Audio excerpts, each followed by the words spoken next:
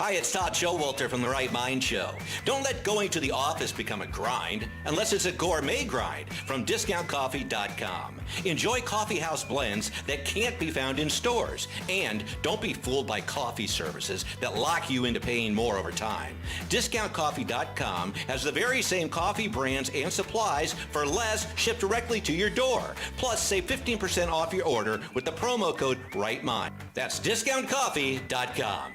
Tony Colombo here for Cadre Asset Management. A cadre is defined as a small group of people specially trained for a particular purpose or profession, and that is the role that Cadre Asset Management can play in your financial journey. Learn more about how they can help secure your financial future by following Cadre Asset Management on Facebook, or just go to cadreassetmgmt.com. Cadre Asset Management is a Missouri-based independent advisory firm licensed under and securities and investment advisory services offered through Founders Financial Securities, LLC, a registered investment advisor, member FINRA SIPC.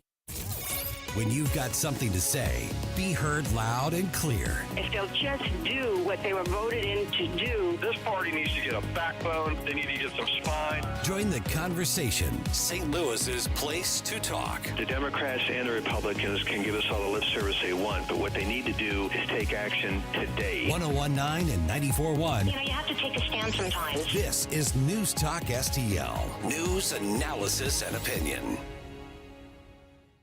It all starts with Big Noon Kickoff, live from Happy Valley. Then, it's America's #1 game. The best pregame, the best announcers, the biggest games. Michigan, Penn State, Saturday at noon Eastern on Fox. This is the Fox News Rundown. More up next. This is News Talk STL at 101.9, 94.1, and newstalkstl.com. The Vic Porcelli Show. If George Soros wanted to destroy America, he'd be doing exactly what he's doing right now. We'll talk to Scott Shepard from the Free Enterprise Project about that Wednesday at 9:41. Weekday mornings at 9 on News Talk STL. Kids don't always like to get school report cards, but they are important and helpful. They document subjects where they're strong and others where they need to show some improvement. Ever wonder why you don't get a report on how your child's school compares to others? At the Show Me Institute, we think you should, and that's why we've started the Missouri School Rankings Project. Click on the website moschoolrankings.org, and it's all there. Rankings and letter grades for all the schools in Missouri. The rankings are based on several categories, such as student performance in English, language arts, and math, ACT scores, and graduation rates. Then we take the rankings and come up with a grade point average, just like your child has. Each school and district will have a grade, and the website is easy to use. Don't you want to know how your child's school stacks up? Now you can. Learn more at showmeinstitute.org. The Show Me Minute has been brought to you by Show Me Institute and Show Me Opportunity. From home improvement to replacement, do-it-yourself electrical projects can be shocking. That's where Grasser Electric can help. They've been lighting up St. Louis for years. From ceiling fans and dimmer switches to repair or replacing your electric. No job is too big or too small for your home or business. Grasser Electric will even install emergency backup generators. So call Grasser Electric today before the sparks start to fly. 636-441-5200 or go to grasserelectric.com. Hi, it's Chris Arps, and I'm a customer of Royal Banks of Missouri, which is a full-service, locally owned and operated community bank with 17 locations from St. Louis to St. Charles and Granite City to Hannibal. Royal Banks offers a full range of financial services, covering all of your personal and business banking needs, as well as access to over 200 ATM locations. And given today's new headlines in the banking industry, it is reassuring to know Royal Banks of Missouri has the highest financial ratings in St. Louis for stability and strength. Royal Banks of Missouri, the community bank that's in your community. Visit them on the web at royalbanksofmo.com. The O'Reilly Update, brought to you by Seavers Equipment Company, with 8 area locations. Visit them at seaversequipment.com. Bill O'Reilly here, and I'm warming up. Stand by for the O'Reilly Update Morning Edition. But first. Every morning, the president wakes up to a top-secret brief on America's biggest challenges. Ever wished you were in the room? Of course you have. I'm Mike Baker, former CIA ops officer, and I'm here to give you the next best thing. Welcome to the President's Daily Brief podcast. Every weekday, I break down the day's most pressing issues in just 20 minutes. Get briefed. Stay ahead. Subscribe now on Apple Podcasts, Spotify, or wherever you listen. On this Wednesday, with weak polling for President Biden, the nation can expect a political blitz over the next few weeks. The strategy will be delivered two ways. First, Mr. Biden will do a round of friendly interviews touting his vast success. And second, his media allies will begin breaking more Trump scandal stories. Expect to see anything and everything on the Get Trump front. With the primaries beginning in January, the air will be filled with suspicion and allegation. The Trump attacks will have to be sensational and personal.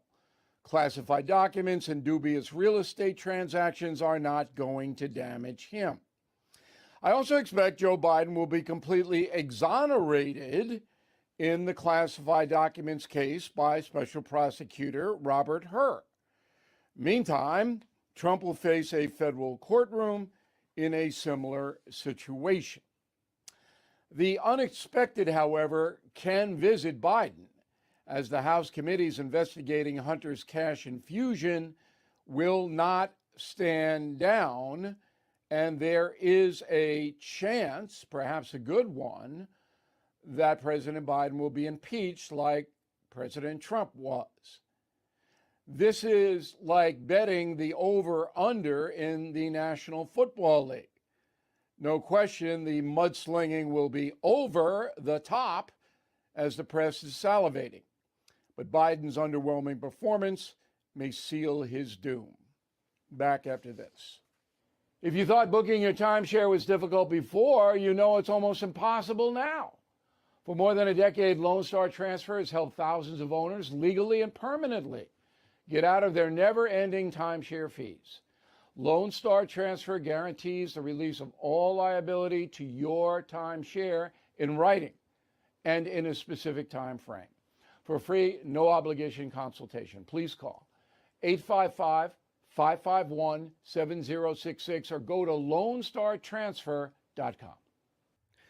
That is the Morning O'Reilly Update. More analysis later on. From the Michaels Flooring Outlet Weather Center. Our temporary breakup with the fall season continues for just one more day. I'm forecasting a record-breaking 83 this afternoon, mostly sunny and breezy. But then a cold front moves through this evening, brings temperatures back down to earth. Just a low chance of a few showers along that front this evening. Really not much rain here. We're going to wake up around 50 degrees on Thursday and then bounce back to a much more typical high of only 60 tomorrow afternoon. That's your First Alert forecast. I'm meteorologist Matt Chambers.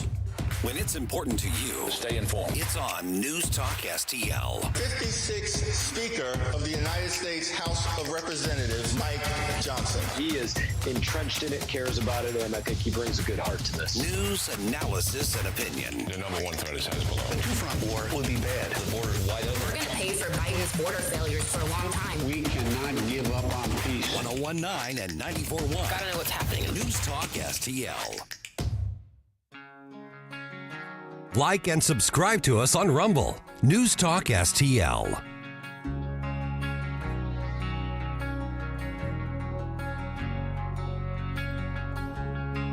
Having your first cup of coffee? Mike's on his third. This is Mike Ferguson in the morning on News Talk STL.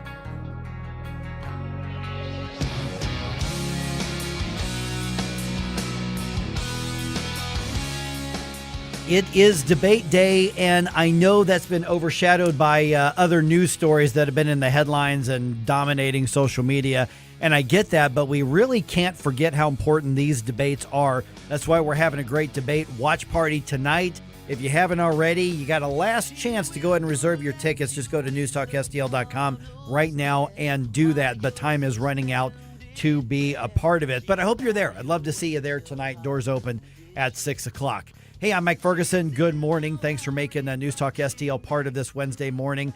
Yesterday on the program from the Daily Signal, we had Tyler O'Neill on the program with us, and the Biden administration is at it again. They are targeting, through the IRS, one of the conservative activist groups that's kind of been a thorn in their side politically, and we know that this has happened before with leftist presidents. Tyler had a really good article on that, and he gave us a little bit of time and kind of updated us on what's happening and also what we know, what we don't know, and the pattern that we're seeing. Here's the information. The IRS being accused of being weaponized by an administration to go after opponents. I'm looking at the Daily Signal's website, dailysignal.com, and the headline is very, very simple, very basic. IRS targets conservative group exposing the Biden administration. It was written by Tyler O'Neill, who joins me right now. And Tyler, is this a matter of second verse or third verse or fourth verse, same as the first? Because we've had this pattern in the past, not just with the Biden administration, but we've seen this before. Set this up for us. What's actually happening right now? Yeah, it sounds remarkably familiar. Back in, under the Obama administration, it was on the front end where a whole bunch of conservative and Tea Party organizations applied for tax-exempt status with the IRS, something that the IRS, they do their due diligence, but normally it comes in a few months, and they'll go through your paperwork and decide whether or not you qualify for tax exemption. These Tea Party groups were waiting months and months and months and months, and they began to suspect that something was up. And of course, the Biden administration repeatedly said, "Oh no, there was no problem here. There was no targeting. There was nothing at all." And it's like, And so little do we know, back after the IRS, when Trump wins, after Trump takes office in 2017, sure enough, the Department of Justice settles a very massive lawsuit with a whole bunch of these Tea Party groups, paying them a rather hefty settlement for, surprise, surprise, IRS targeting. So now what we're seeing, what the American Accountability Foundation released yesterday is that they received a message from the IRS saying that they were going to be audited. Their Form 990 would be audited. That just means they're going to go through all of their documents and force the American Accountability Foundation to prove everything that it dotted its I's and crossed its T's. That's nothing, just a normal, routine thing. And of course, when I asked the IRS, the IRS gave me this statement. They said that under federal tax law, federal employees can neither confirm nor deny that a particular organization is or is not being audited. We're precluded from disclosing tax return information, which is like, you're not addressing whether you targeted this group. And by the way, American Accountability Foundation has drawn attention to many scandals of President Biden's nominees, leading to many nominees just being withdrawn.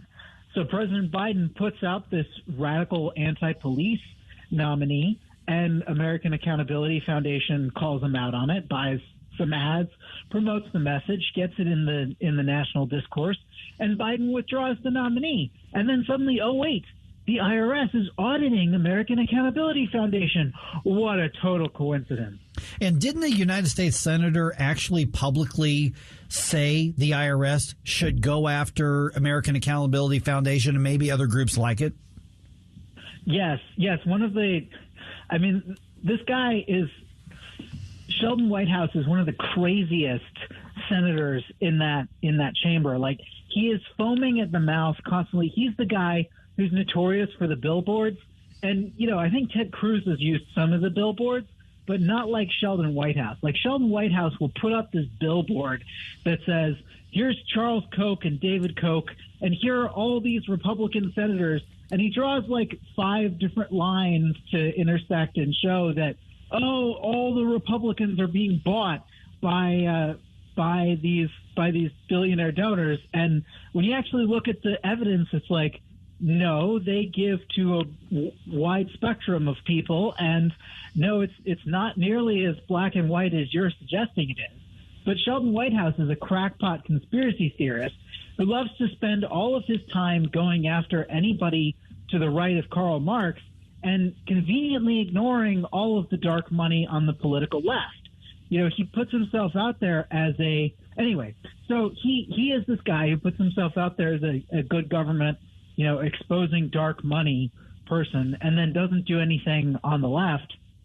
And he has routinely gone after groups like American Accountability Foundation, and specifically American Accountability Foundation. And, of course, there is this trove of emails that the American Accountability Foundation published that they received through a FOIA request, where Sheldon Whitehouse is emailing the IRS, asking the IRS to investigate conservative groups. So maybe I'm just a conspiracy theorist over here, but maybe the fact that Sheldon Whitehouse has been banging the drum on the American Accountability Foundation and asking the IRS to investigate and go after conservative groups and try to deny their tax-exempt status, maybe that had something to do with this audit. I don't know. What do you think? Yeah, see, that was where I was going to go with the next question is, okay, so objectively, could it just be a matter of, hey, it was your turn, audits happen, sometimes your number gets drawn, nobody likes it, so what, you happen to oppose the Biden administration, but then now the FOIA requests are showing that there is a United States senator urging the IRS to do this. That kind of takes away the what a coincidence possibility here. Yeah, so there are a lot of aspects of this that really scream coordination. And of course, we don't have any proof that this audit has happened specifically because of Sheldon Whitehouse, or specifically because, as you said, there is always the possibility that, well, maybe it was their turn. Maybe the IRS randomly selected them. We don't know. The IRS had told me that they, as a matter of course, do not engage in partisan or political, targeting for this. But of course, they're going to say that.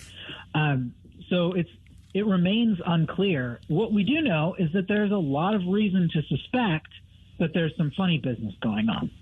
Good morning, Tyler. Sal Ponticus here. So from my perspective, we've got a White House and an administration that refuses to call folks on the left as extremists, but they will call parents and conservatives and MAGA America First folks and everyone else on the right as extremists. So do you think citizens are starting to wake up to this two-tier system? Yeah, no, I think a lot of people are waking up to it.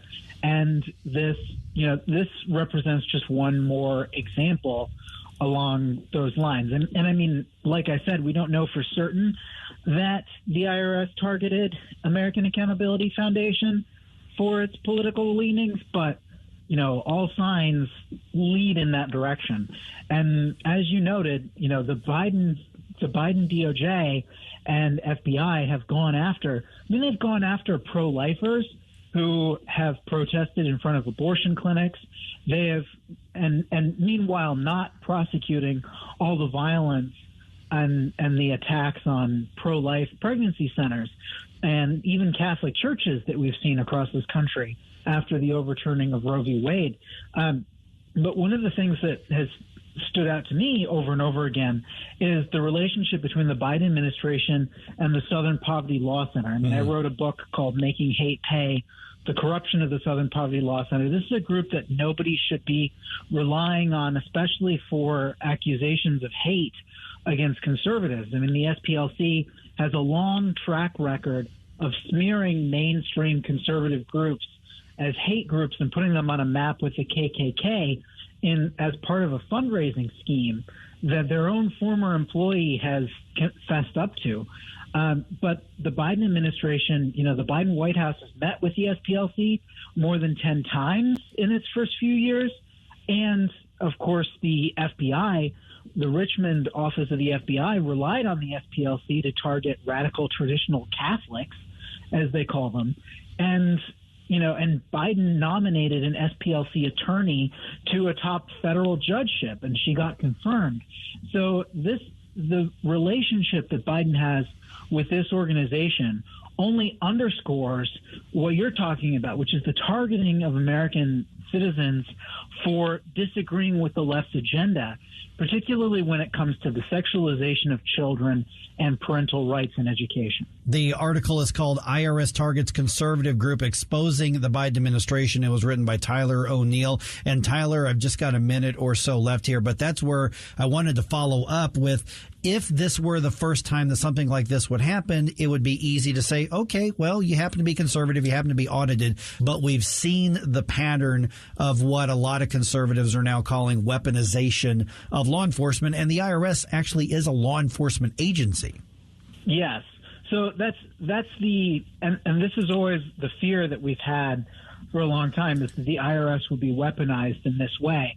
And we've seen, I believe there was a conservative group, a Christian group, that had its IRS status called into question by the IRS for its opposition to the LGBT agenda. I have to trace it down.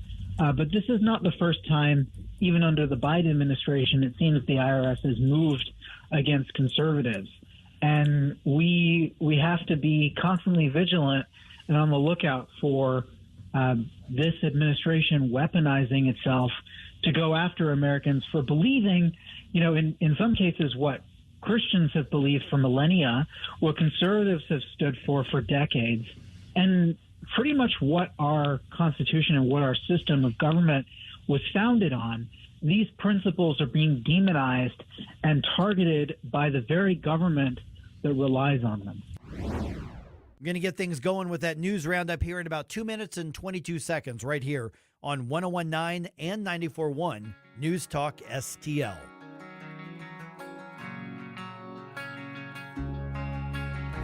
This is News Talk STL at 101.9, 94.1, 99.1 HD3 and newstalkstl.com.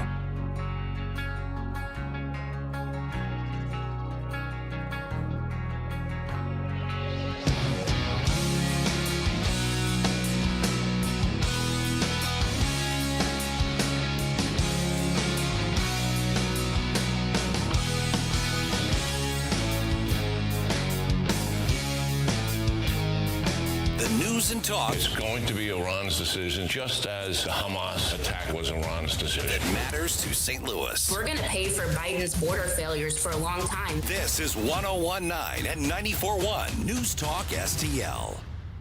News Talk STL is proud to have Doug Voss as part of our lineup every week. Doug has been a staple on St. Louis radio for many years as one of the leading financial experts in the area. You can hear Doug and Safe Money Radio 3 times every weekend on News Talk STL. And in case you miss anything, you can check it all out at DougVossSafeMoneyRadio.com. What else do our listeners need to know, Doug? Simply put, I focus on helping pre-retirees and retirees build, preserve, and protect retirement assets, and I've been helping my clients solve their insurance and financial needs for the past 33 years. I also strive to educate my clients on how to prepare for retirement, minimize the impact of market volatility on their assets, and deal with the challenges of increased longevity. Call me today at 844-676-SAFE. That's 844-676-7233. Doug Voss is a registered representative. Securities offered through DHL Securities, LLLP, member FINRA and SIPC. Here's a great way to save money on your prescription medications. If you take Viagra or Cialis, we can give you a way to pay as little as $2 a pill. Compare that to prices as high as $60 per tablet. These pills work for men and women to improve their sexual performance. And now for the price of 2 or 3 pills, you can get nearly 100. There's no need to pay expensive prices for Viagra or Cialis. Call now with your prescription and pay as little as $2 a pill. We offer 24/7 service and always free delivery and confidential packaging. Change your life for the better and have fun. Call Pharmacy Shop 24/7 to get generic versions of Viagra or Cialis for as little as $2 a pill, plus free discreet shipping. 800-631-2030. 800-631-2030. 800-631-2030. That's 800-631-2030.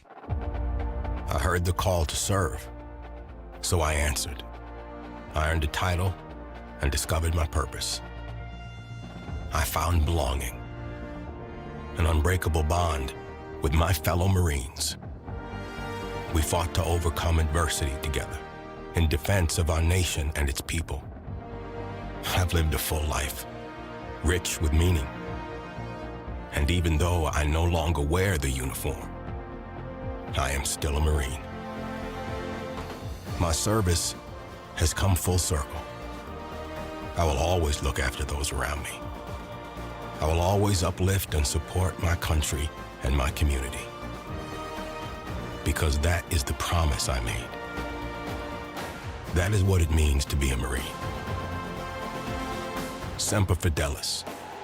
Always faithful, always Marine. This news update brought to you by Anton's Plumbing and HVAC. Call Anton's at 314-338-3941 or visit them at antonshvac.com. Hi, this is Mark McCloskey. Check out my show, Mark McCloskey on Fire, Sunday afternoon at 5 here on News Talk STL. Right now, it's back to Mike Ferguson in the morning. Well, it happened. Rashida Tlaib is censured by her colleagues in Congress. Well, it's about time. Yeah. Now, what does this actually do? Not much. No. Inflames some emotions, but it's a rebuke that I did not expect would actually happen. So we'll talk about that here in a few minutes. All right, overall, Democrats actually had a pretty good day at the polls around the country yesterday. Pundits say that sets the tone for 2024. We'll see. Yeah. We'll see. Yeah, I mean, I mentioned yesterday, I don't think that, what happens in Virginia sets the tone for the whole country. I did say, though, I said, Ohio may have a little more of the finger on the pulse of at least a bulk of the country. But I'll go over some of the results around the country and get your thoughts on that. A lot of pundits just talk and want to sound like experts because they need to sell their expertise on TV. That's what they have to do. And it's not really just an off-year election. It's an off-year election. Right. Yeah, exactly. And I've got yesterday's election results from the St. Louis metro area as well. All right. Let's see here. A Jordanian national illegal immigrant from Jordan who is caught in the U.S., and officials say that he was ready to attack a Houston Jewish community. Fortunately, Texas authorities found him. Governor Greg Abbott is blaming the Biden administration's border policies for this entire situation. He was on Fox News' America Reports. Joe Biden has failed in his responsibility as commander-in-chief to make sure we secure the United States of America, and he's failed in that regard by failing to secure the border. Yeah, so the courts are split on a lot of things, but they're starting to favor Texas's aggressive anti-illegal immigration efforts as well. This is the exact kind of disaster that is crucial, that highlights why it's so crucial the border remains a priority. And as long as it remains open, I'm sorry to say, we're going to have to get used to stories like this popping up. Yeah, this is actually the good outcome because they caught him before he was able to do anything. All right. Okay, so in Washington, D.C., this happened. On this vote, the yeas are 234 and the nays are 188, with 4 answering present. The resolution is adopted. And that resolution was to censure Congresswoman Rashida Tlaib, who is a nutcase out of Michigan.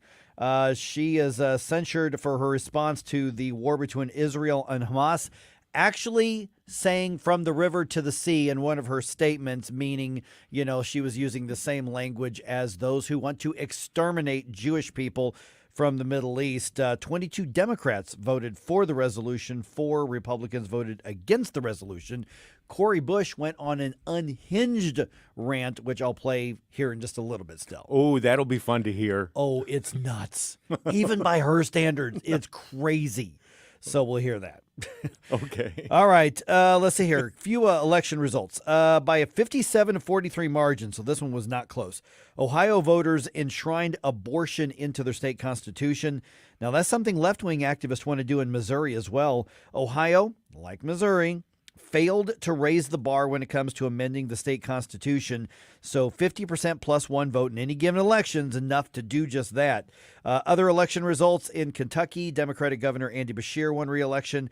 Mississippi's governor, Republican Tate Reeves, was reelected. And Democrats in Virginia, they held control of the state Senate, but it looks like they've actually flipped and reclaimed control of their House of Delegates, which, of course, would be their equivalent to our House of Representatives. That's what I meant when I said that there was a pretty good night for Democrats around the country. And so what this means is that Glenn Youngkin's going to have a very, very difficult time. He's going to have a very difficult time pushing the rest of his agenda forward over the next probably 2 years. So this is a big setback for Republicans in Virginia. What I'm really worried about is what the Democrats are going to be able to stop there when it comes to the insane, woke, perverted stuff in the public schools, which Youngkin has been a leader on out there. Yeah, like you, I've been keeping an eye on Virginia. And also I was keeping a side eye on Kentucky because I was hoping maybe something would change there. But no, the Democratic governor won the re-election. Yeah. There. Yep, he sure did. All right. House Oversight Committee Chairman, that is James Comer out of Kentucky. Speaking of Kentucky, he says that he plans to issue subpoenas to every member of the Biden family to testify before Congress.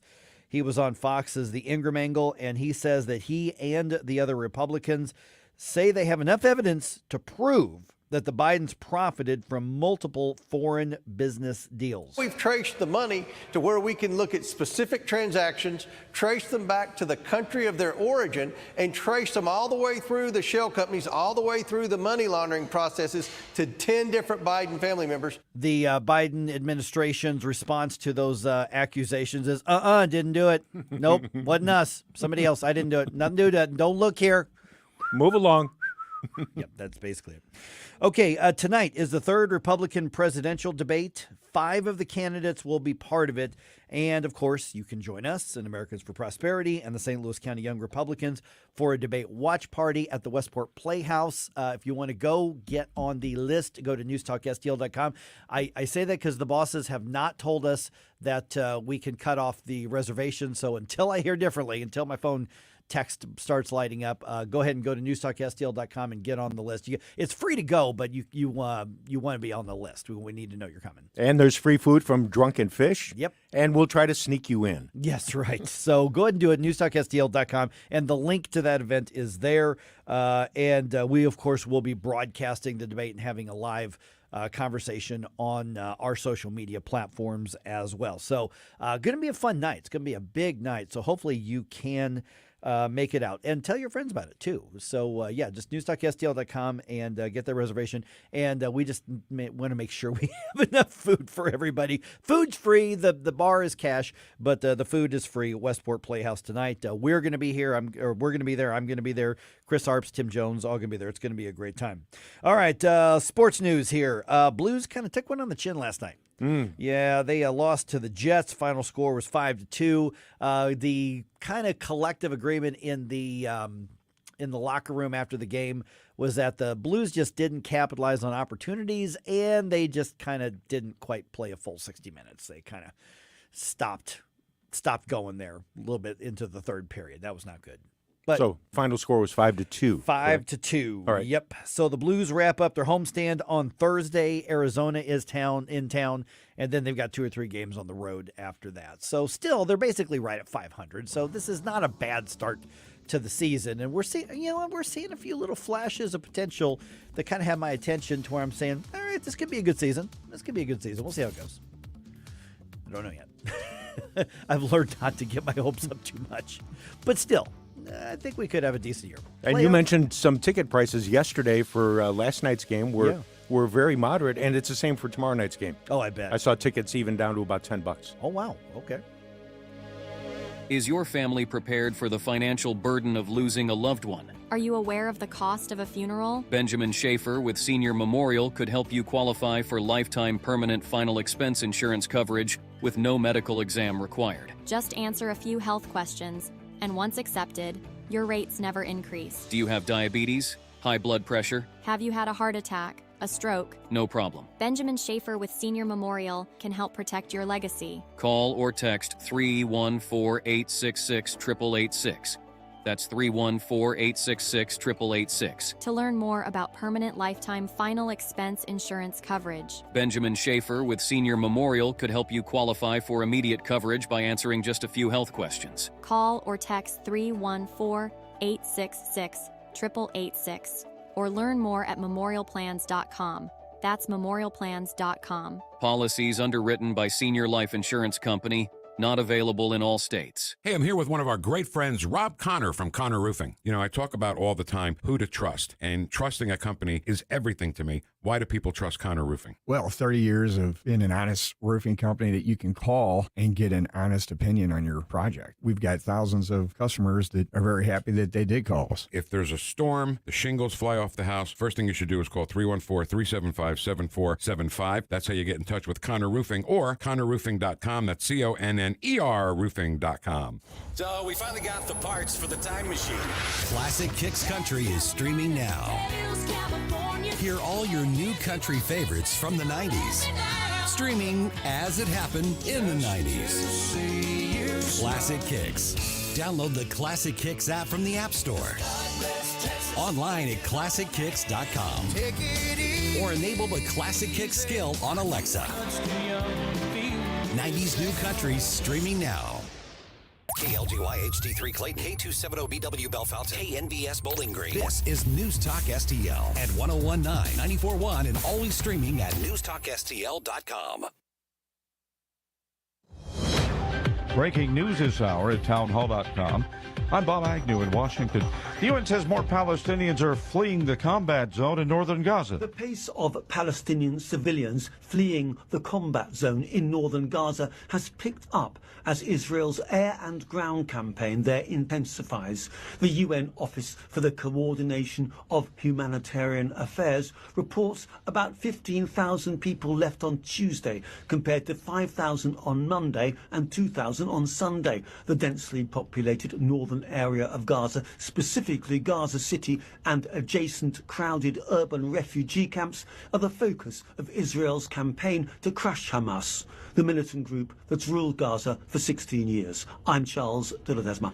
The White House says it's skeptical of the latest battleground state poll showing Donald Trump leading Joe Biden. The polls conducted by the New York Times and Siena College show the president trailing Trump in 5 of the 6 states, all states that Joe Biden won in 2020. State Democrats who were aiming to stop the Republican momentum in Virginia have apparently gotten their wish. Heading into Election Day, Republicans held a 2-vote majority in the House of Delegates. Unofficial results showed Democrats taking 51 of 100 seats, with Republicans winning 49 by early this morning. Democrats had 22 of 40 seats in the Virginia Senate, but may have lost 1, while the GOP appears to have won 19 seats. However, some races were decided by such close margins that recounts could alter the outcome. Anne-Marie Morgan reporting. Global shares mostly lower and muted, trading ahead of a speech by U.S. Federal Reserve Chair Jerome Powell, a speech that may very well point the way for future interest rate policy. Right now, Dow futures are up by 20 points. More of these stories at townhall.com. Don't Mess, the new movie by Dinesh D'Souza. Police State. We have freedom of religion and freedom of speech. MAGA Republicans threaten the very foundation of our republic. Are we becoming a police state? The government is trying to crush the conservative movement, our society, and our freedoms. They define you as radical. How did we give the state this kind of power? If they're coming for me, they're coming for you. Police State. Buy it or stream it now at policestatefilm.net. policestatefilm.net. This Friday, Harry, God has chosen you to have a son, the King of all kings. The greatest story ever told is now an epic Christmas musical for the whole family. You truly believe that this child is the chosen one. What is his name? Jesus. Journey to Bethlehem. Rated PG. Parental guidance suggested. In theaters everywhere this Friday. Soundtrack also available. Get tickets now at JourneyToBethlehem.com. From the Michaels Flooring Outlet Weather Center. Our temporary breakup with the fall season continues for just one more day. I'm forecasting a record-breaking 83 this afternoon, mostly sunny and breezy. But then a cold front moves through this evening, brings temperatures back down to earth. Just a low chance of a few showers along that front this evening. Really not much rain here. We're going to wake up around 50 degrees on Thursday and then bounce back to a much more typical high of only 60 tomorrow afternoon. That's your First Alert forecast. I'm meteorologist Matt Chambers. This hour of News Talk STL brought to you by Chris Cooper and Serenity Wealth Management. Discover little-known strategies that could be the difference between choosing the care you deserve or having someone else decide it for you. Get a free copy of Chris's book at serenityltc.com. Ackerman Toyota has the 2024 models. You're going to be impressed. Check them out in person at Ackerman Toyota, Hampton and Interstate 44. In fact, you've got to see the 2024 Toyota Sequoia. Very impressive. This is the time to buy and get top dollar for your vehicle. Looking for pre-owned? Ackerman Toyota can also help you. Ackerman Toyota at Hampton and 44. AckermanToyota.com. Ackerman Toyota for life. I'm Dr. TJ, owner of the Institute of Natural Health, co-owner of Optimal Nutraceuticals, and the host of Wellness 101. Wellness 101 is designed to cut through the nonsense and provide you common sense, science-based information regarding health and wellness. On the show, we discuss topics like thyroid health, gut health, hormone optimization, and many others. Our show airs Saturdays at 10 a.m. and 2 p.m. and Sundays at 11 a.m. and 3 p.m. right here on News Talk STL. For more information, visit us at inhstl.com. That's inhstl.com. Tim Jones and Chris Arps in the afternoon. We're prepping for the debate watch party. We'll speak with Ken Waller, Missouri State Representative. Will the House get anything done in 2024? Carla Jones from ALEC on Israel, Hamas. Tim Jones and Chris Arps. Weekdays at 4 on News Talk STL. Mike Ferguson. I have come here to chew bubblegum and kick ass. And I'm all out of bubblegum. Gabe Pfeiffer. We have a hope. Get up, can't you hear the alarm? Get up. What do you call a genius in President Biden's Homeland Security Department? A visitor. Mike Ferguson in the morning on News Talk STL. Get up, can't you hear the alarm? Get up. All right, breaking news here. Cori Bush humiliates all decent people of St. Louis again. Is that breaking news? No, I figured that's a continuous stream. It's a day and then it ends in Y. Yeah. What a great way to start a Wednesday. Exactly. Yeah, there you go. All right, hey, if you have not done it already, our streaming app, we have fine-tuned this thing. It is running on all cylinders. I know apps don't have cylinders, but you know. Check it out. Whatever your app store is, just find News Talk STL, download that. It takes up very little memory on your phone, and that way you can take our streaming audio anywhere you go, and then just Bluetooth it into your phone, and wherever you go, you can take us with you. It is completely free, and it took me less than 15 seconds to download it. Really, really easy. You know what? I checked our app. It does have cylinders. In other words, we need a good mechanic to do an endorsement deal for our app. Yeah, yep. Okay, get this. Rashida Tlaib formally censured by the House of Representatives. I did see that. Yeah. Man. All right. Now, this is the second attempt. The first one failed last week. Mm-hmm. And so this one did pass through. It's in response. Now, listen, she's allowed to say stupid stuff. Yes. Okay, just because she's a member of Congress doesn't mean that she says something unpopular and she gets censured. And censured used to mean something like really bad. Yes. I mean, if you got censured, it was kind of a career killer. Yeah, you were probably going to lose election because people were so. I don't know that means that anymore. But get this: on Wednesday, voting to censure Tlaib, not just because she's anti-Israel, she's got a right to be anti-Israel, but because she was repeating terms like "from the river to the sea," she was saying that she has gotten on board literally with terrorist rhetoric. Yeah. And anti-Semitic rhetoric. I mean, and she is anti-Semitic.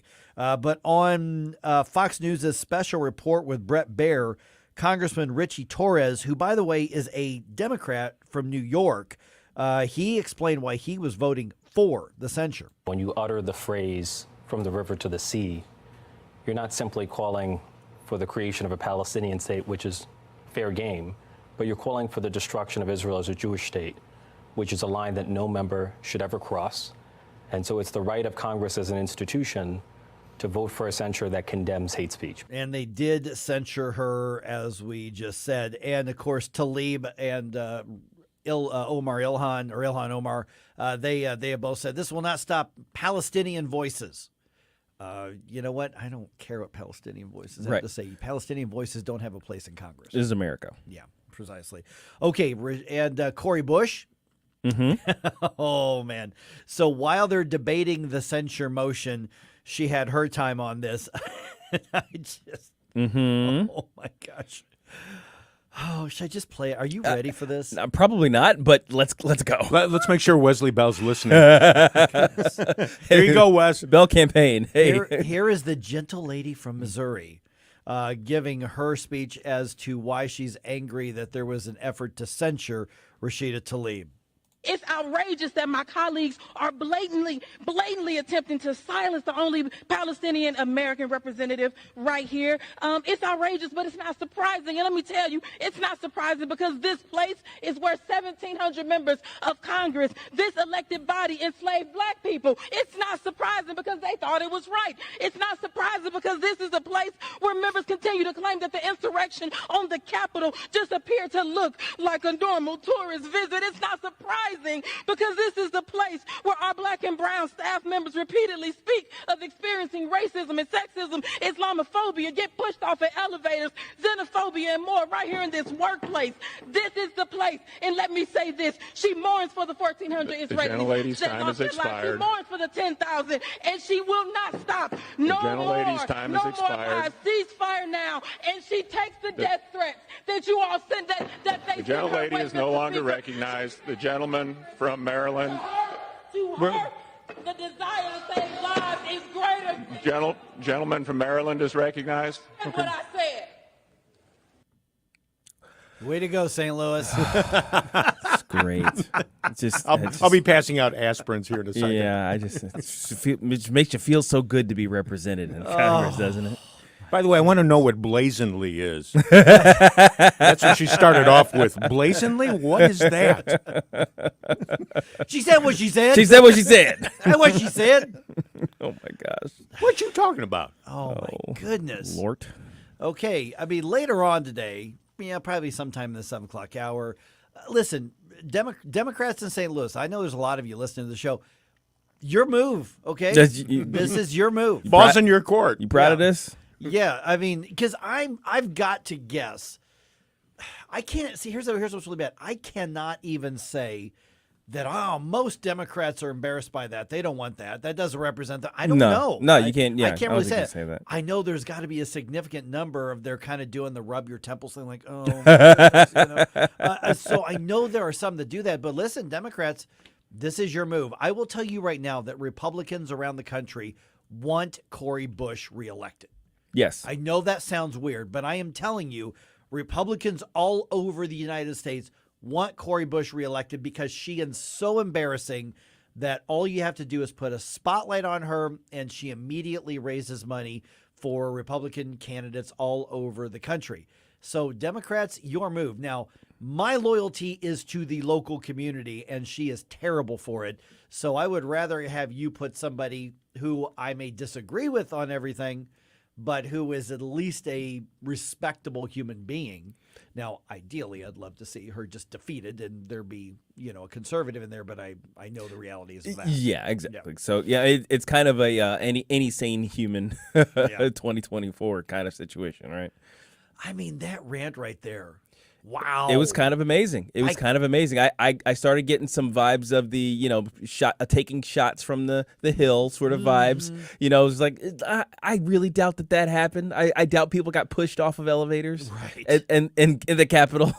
I kind of, it doesn't sound right. Doesn't sit well. All the appeals to basically fake history. It's like, all right, okay, all right. I see that's her MO, so I get that's what she does.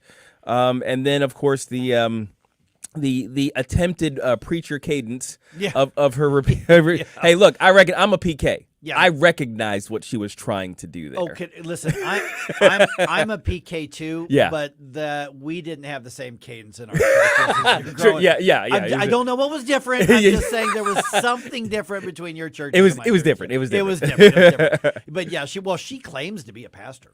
That's right.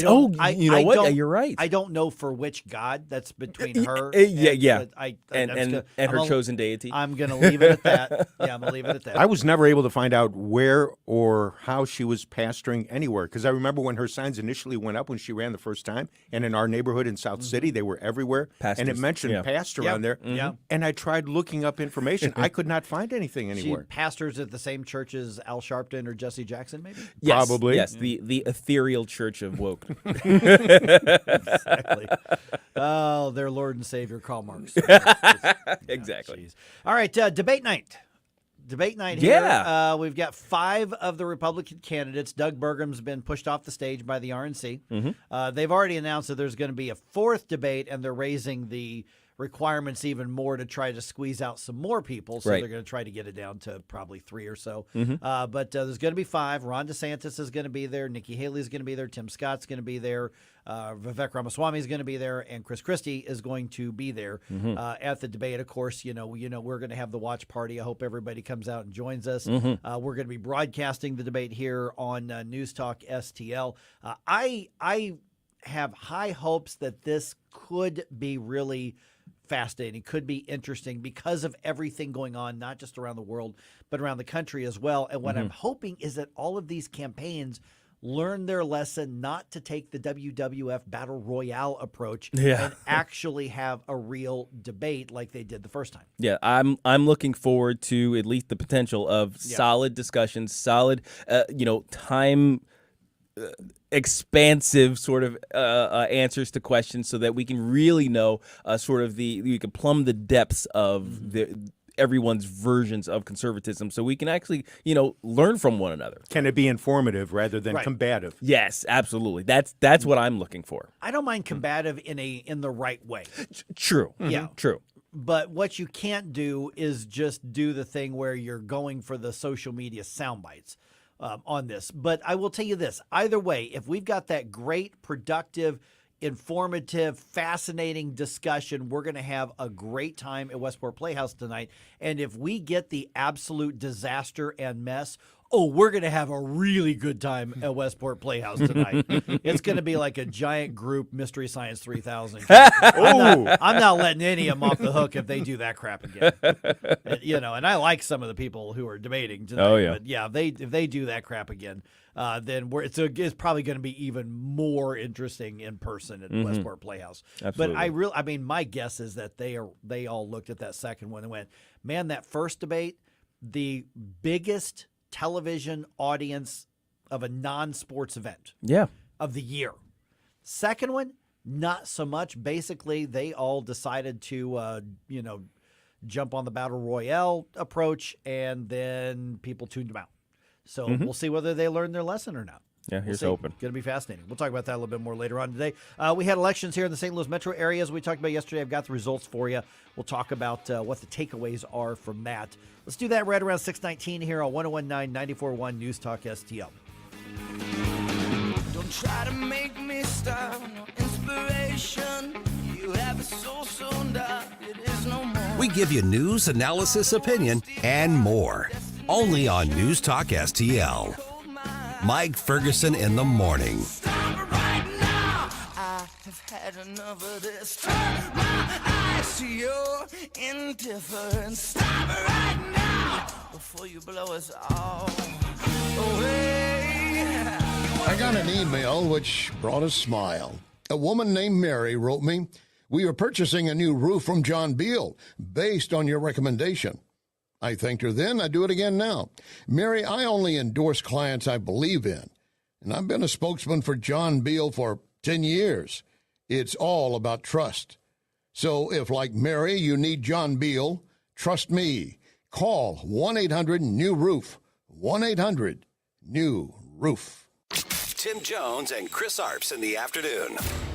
Our good friend Congressman Eric Burleson. We're now under impeachment inquiry. We're moving towards the efforts to be able to get the Biden's bank records. I think that we have now enough evidence to win that over to court. It's going to probably take 2 to 3 months. If I had to predict, I think that we will be impeaching Biden by spring. Wow. That's where things are headed. Tim Jones and Chris Arps. Weekdays at 4 on News Talk STL. Hey, it's Tony Colombo for my friends at A Plus Plumbing and Drain, and they truly are our friends because they have done it all at our house over the years, from putting in a new faucet to installing a whole new bathroom from scratch. The team at A Plus has always done great work for a great price. A Plus Plumbing and Drain is a local, family-owned business that can take care of all your plumbing needs and specializes in new construction and home renovation. Call A Plus for your next project at 636-288-7126 or through Facebook at A Plus Plumbing and Drain. Facts don't matter. Lies don't matter. You or I lie, we go to jail. She lies. Mark McCloskey on fire. It's just part of the business.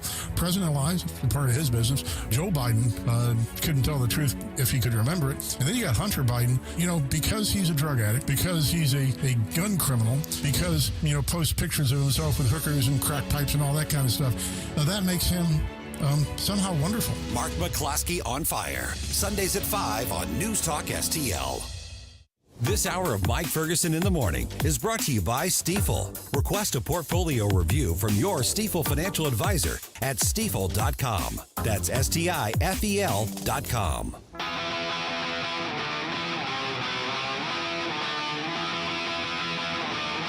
Bill O'Reilly here. Check out the O'Reilly Update this afternoon at 3:45. Right now, it's back to Mike Ferguson in the Morning on News Talk STL.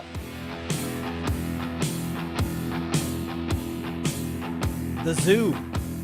From Scorpions. By the Scorpions. This is back in your wheelhouse again. It is. I would not put the Scorpions in my top 10 favorite hair metal bands, but I love the song. And they had a couple other really good ones, too. Yeah. They had a few that I even liked, and I wasn't really a metal guy like you were. Yeah. I mean, everybody knows Rock You Like a Hurricane. Mm-hmm. Everybody knows Winds of Change.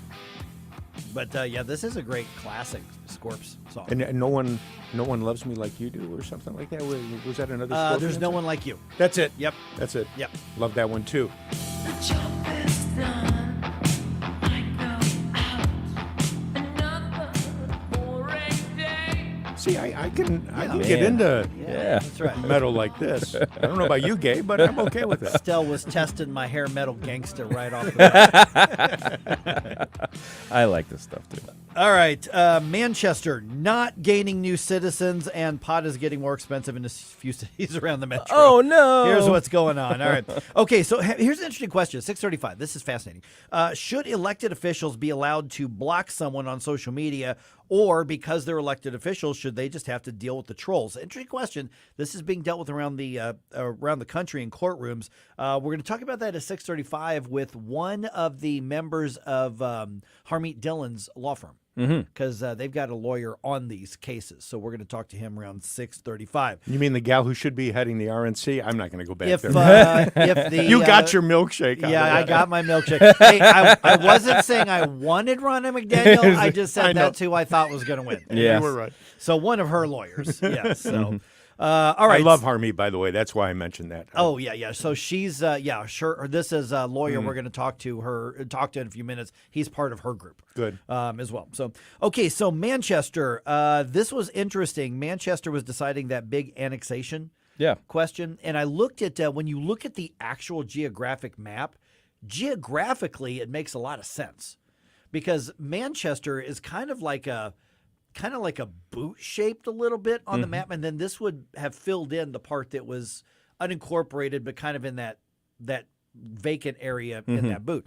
So overwhelmingly the people in Manchester voted for the annexation. Okay. Overwhelmingly the people in unincorporated St. Louis County voted against it. Wow, really? Yeah, okay. It wasn't even close. For instance, when you look at it, let's see here. In the now I say overwhelmingly, it was a low turnout election. Yeah. But in the city, it was let me find it here. Ladue, Greenside. Okay, there it is. Okay, so in the city, it was 80% yes for the annexation. Mm-hmm. In the county, it was 78% no. Whoa. Wow. So basically, you had a lot of people like, leave me alone. Wow. I'm out here for a reason. Yeah. Yeah, probably. That's a good point, actually. I mean, that was funny, but yeah, that's probably true. as well. So that unincorporated part of the county is going to remain unincorporated. So when you've got a 78% of the people who voted saying, no, I don't want to annex with Manchester, that is not a matter of, boy, the county council and Sam Page really won that one. No, it was DOA. There was no way that was ever going to win whatsoever. Yeah, there was no way. Yeah.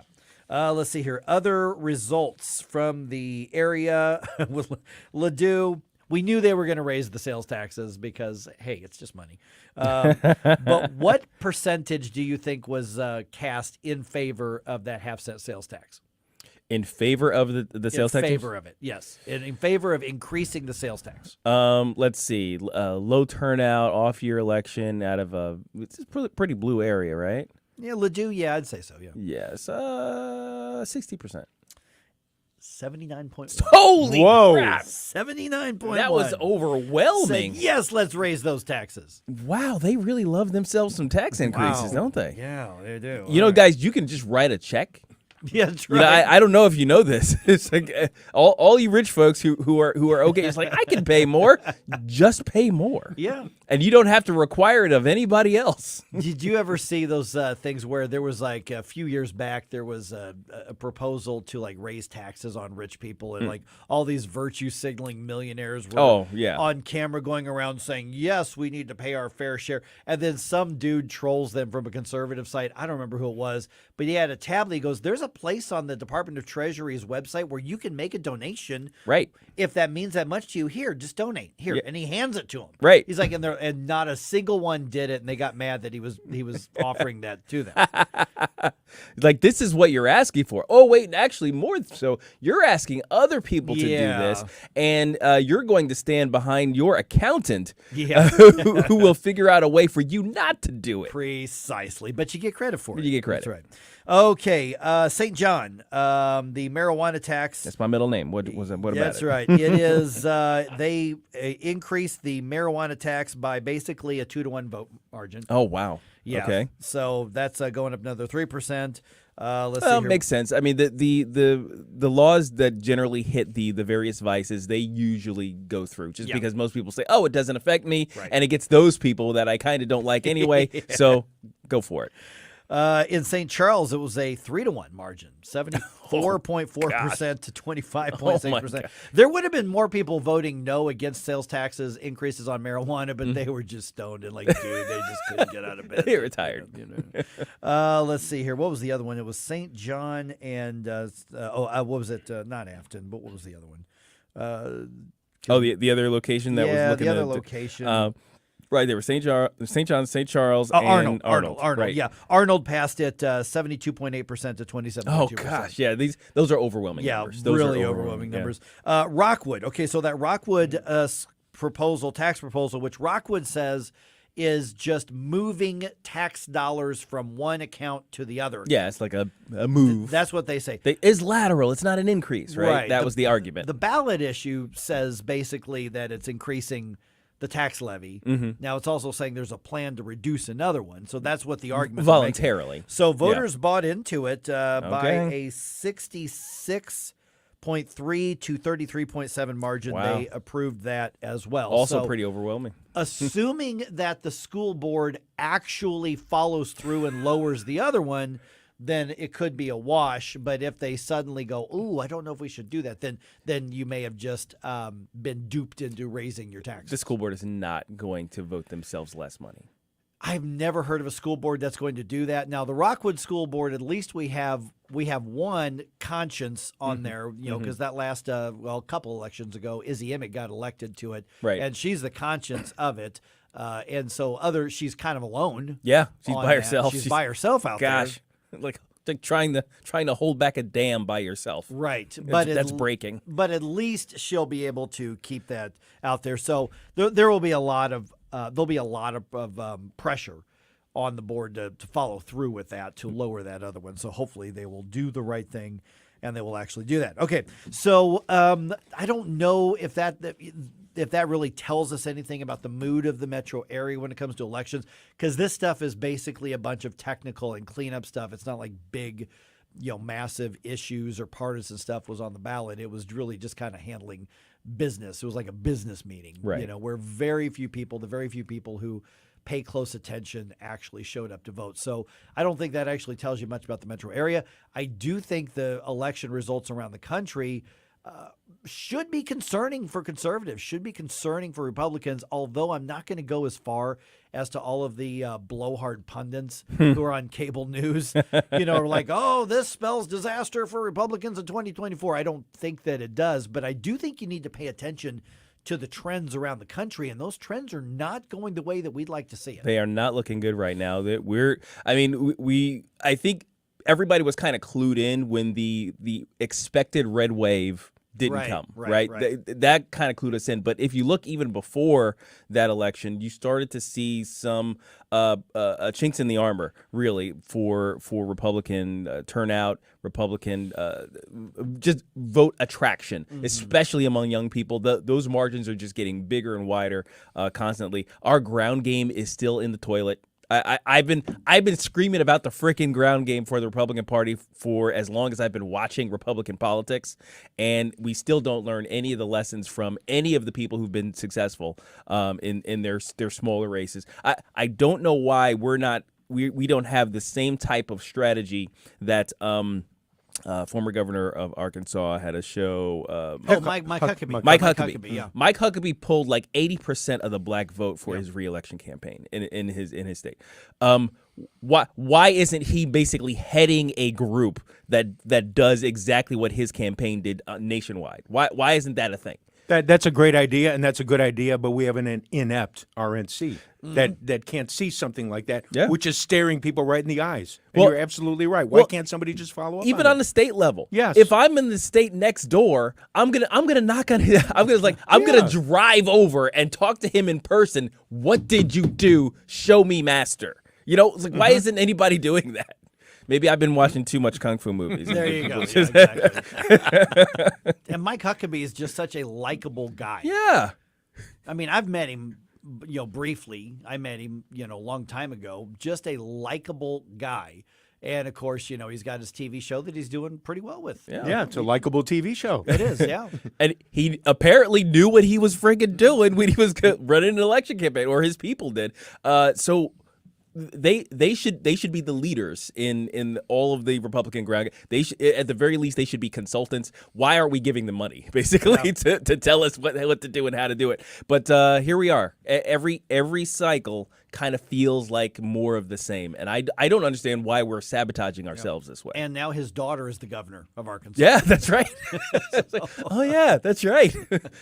I bet she has similar people in her campaign as he did. Yeah, if she's smart, she'll have a lot of the same people in her state government. Yes, that also he had. And Mike Huckabee was generally pretty conservative, very conservative, I would say. There's a few areas where he was a little big government conservative in a few areas. Yeah. His books are I've got a few of his books, and it's one of those things where I really, really like almost all of it. Then there's one thing at the end I'm like, no, that's not government's job. No. All right, but still, Mike Huckabee, I think one of the better conservatives we've had lately. And we haven't had any more Mike Huckabees, have we?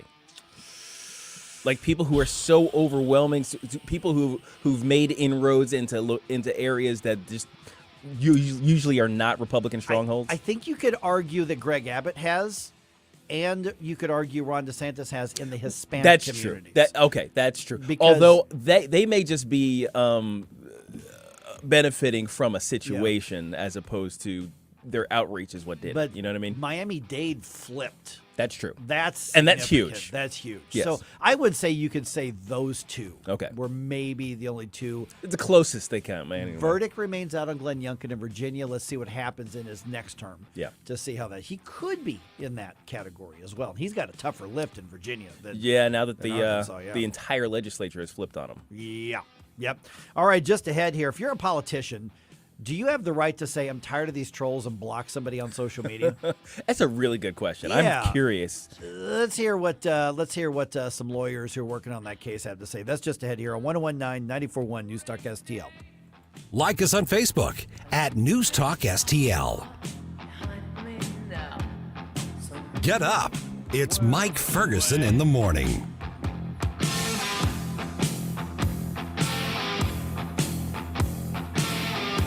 From the Michaels Flooring Outlet Weather Center. Our temporary breakup with the fall season continues for just one more day. I'm forecasting a record-breaking 83 this afternoon, mostly sunny and breezy. But then a cold front moves through this evening, brings temperatures back down to earth. Just a low chance of a few showers along that front this evening. Really not much rain here. We're going to wake up around 50 degrees on Thursday and then bounce back to a much more typical high of only 60 tomorrow afternoon. That's your First Alert forecast. I'm meteorologist Matt Chambers. Dealing with storm damage? Don't panic. Eureka Contracting and Roofing is here to help. With the recent storms, they understand it can be overwhelming. Remember, you don't have to rush into signing with the first door-to-door salesman. Don't let pushy sales tactics force you into a contract you're not comfortable with. Before making decisions, take a moment. Give the folks at Eureka Contracting and Roofing a call like I did for a no-pressure inspection. They'll assess the damage, determine if it's insurable. If it is, they'll guide you through the insurance process, and your only out-of-pocket expense will be your deductible. Eureka Contracting and Roofing, 636-938-ROOF, eurekacontracting.com. Hey guys, Columbo here, reminding you that if you belong to an organization like a school or a church, or your kids are part of a group or a sports team that needs to raise money, there's no better way to do so than with a TJ's Pizza fundraiser. TJ's Pizza has been helping local organizations raise money for over 30 years to the tune of tens of millions of dollars. A local company helping local people, and there's lots of different ways TJ's can help you raise big money fast. Get started now at tjspizza.com. This Saturday night at 10 on Stories of New Americans. I'm joined by Ali Dorhan from Turkey. If you have 2 cars in Turkey, you would consider it very wealthy person. And here, when I heard about my friends, they have 2 cars. How come you're a teacher and you have 2 cars? And then it didn't make sense to me. Stories of New Americans, Saturday nights at 10 on News Talk STL. So many ways to listen to News Talk STL. Join the conversation. All you have to do is say, Hey Alexa, play News Talk STL. Welcome to News Talk STL, conservative talk radio for St. Louis. Hey there, Tim Jones here. Make sure you join me and my buddy Chris Arps this afternoon from 4 until 6 p.m. right here on 101.9, 94.1 News Talk STL. Right now, let's get back to more of Mike Ferguson in the morning.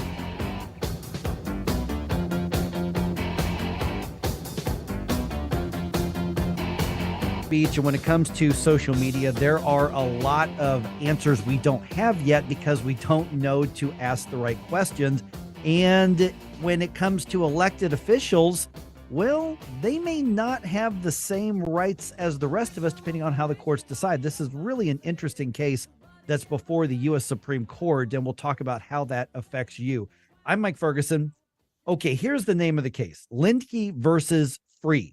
Now, that probably does not mean a darn thing to you, but it is about the First Amendment. It's about social media, and it's about the people that we elect to lead us and to make decisions. So do I have your attention now?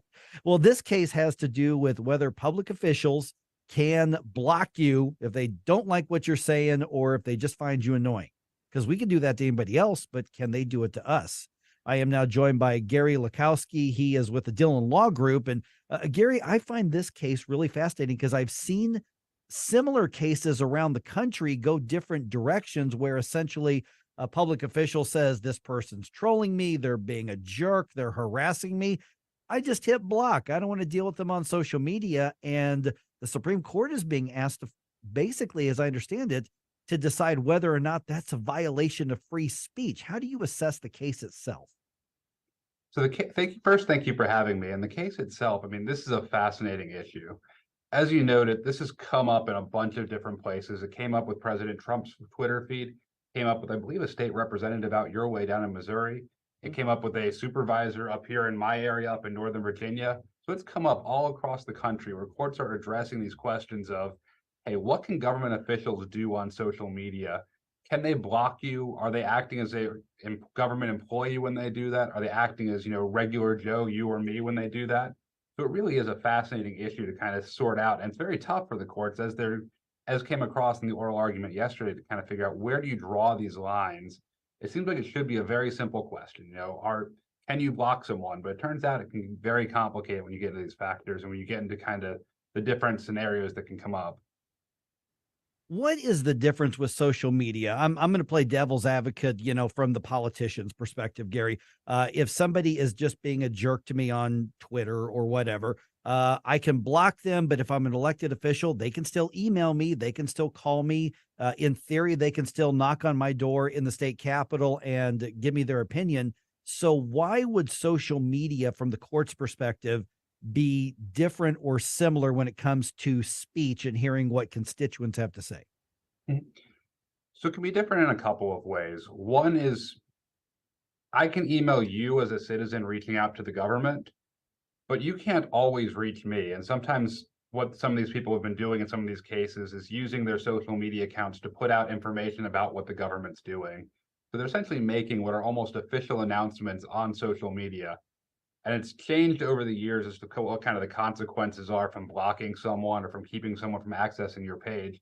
But there's a risk there that if you block someone and they can't view your page, now they can no longer access that governmental information that you're sending out through your Twitter, through your Facebook, depending on what medium and what their blocking policies are for today. It's also a question of you've created a forum where people are discussing public ideas. And generally, we want that to be more sort of above board. We don't really like the idea of these smoke-filled rooms where people are getting together behind closed doors and making policy.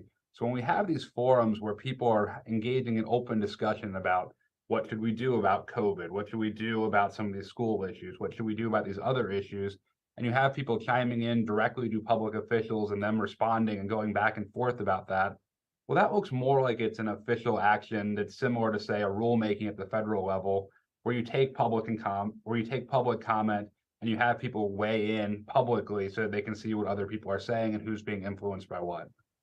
Does it matter if it's a personal account versus a government office account? Like, for instance, we've got people running for different offices, and they've got their official government office account, and then they've got a campaign account, and some of them still have a personal account. Does it matter which account we're talking about, or will the rules apply sort of across the board just because you're in elected office?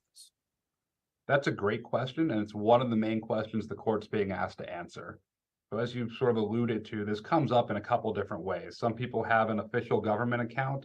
In that case, it's usually pretty clear that, okay, I'm acting in my government capacity. Where these cases, though, are coming up is where you have something that's something other than your official state-sponsored government account. So it's come up in cases where someone had a personal account that they had before they came into office. Once they came in, they started using it more as kind of a way of disseminating information about their official duties. It's come up where people have started off with a campaign account. They said, I'm running for office. I want to be the supervisor, the school board member, what have you. They get into office and they continue to use that account to do those types of things. And it comes up where people create what they say is a personal account, but it's created on their own time. No one asked them necessarily to do it, but it's after they became a government official, and it's used almost exclusively to talk about government. We are visiting with Gary Lakowski from the Dillon Law Group. And Gary, it seems to me that this is almost a case where there could be a conflict of different people's right to speak or not speak. Is this a matter of the First Amendment isn't as clearly applied here as it would be in other cases? In some ways, yes. And Justice Kagan actually noticed this and commented on it during the oral argument, that this is a case where there really are competing First Amendment values on both sides of the issue. On one hand, there's that sort of traditional First Amendment value of people should be able to criticize their government. Government can't tell you to go stand in a corner and be quiet if they don't like what you're saying. On the other hand, though, government officials are people just like the rest of us. They have First Amendment rights in their personal capacity when they're not wearing their government hat. And so how far do those rights extend? And those kind of collide into each other when you're talking about these official or semi-official accounts that are created. They are nominally private, but where people are using them to do stuff that looks an awful lot like it's their official work. So if you had a vote or you were to argue before this U.S. Supreme Court on this, what would be, in your opinion, the right outcome that respects all First Amendment guarantees, but also allows everybody the maximum amount of freedom to speak or not speak? So it's a tough question, and that's why the Supreme Court gets paid the big bucks to kind of settle this type of issue. I don't know that I can Sitting here today, it's tough to give a clear test. I think that came across during the argument where the justices are weighing different hypotheticals. Personally, I think it's going to be broader than what the Sixth Circuit did in this case. I think they took a very formalist approach. I don't think that's quite the right answer. I do think it's helpful, though, to look at it and try to establish bright lines for what government officials can do to clarify, okay, I'm wearing my government hat today, I'm not wearing my government hat. I think something like disclaimers is always useful. So if an official says this is my private account, that can be very helpful. Now, again, though, it gets tricky when you get into the weeds of that and whether or not and how people are using that. And it's come up in a number of other contexts. So it's a tough issue. Like I said, I think it's going to be broader than kind of what the Sixth Circuit did. And personally, I would make it broader than that. But I think the court's going to have a interesting time kind of defining these lines. And I don't know this will be the last answer on all these questions because of that. Yeah, so they'll clear it up until the next round of technology comes into place and we have to address the questions all over again. Gary, where do we follow the work that you're doing or with the Dillon Law Group? So I'm at the Law Walkowski on Twitter. You can follow me there. Dillon Law also has its own page. All right, Gary Lakowski, thank you so much for the input on this, because this is one of those big conceptual questions that we don't have the answers to. The Supreme Court will make a decision, but at some point the technology is going to change and we just have to decide what we value when it comes to speech. Yep, thanks for having me. All right, I think this is a fascinating question here. What do you think? 314-912-1019. If it's a campaign account, I mean, if it is the representative this or senator that or governor this or whatever the case is, yeah, I think that would be just the same as sending out press releases from an official email account. But if it's a private account, if it's a personal account, well, you got a right to express your opinions just like everybody else, as long as somebody can still pick up the phone and call you or email you, and you have to take their input. I don't know. I think you should have some say as to who you deal with on social media in the private sector. But hey, once you become a public official, things could change. What do you think? I am open to having my mind changed on this. So let me know. 314-912-1019. Let's talk about it right here on 1019 and 94.1 News Talk STL.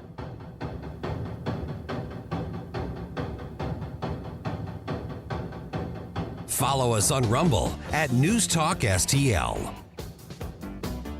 Get up. It's Mike Ferguson in the morning.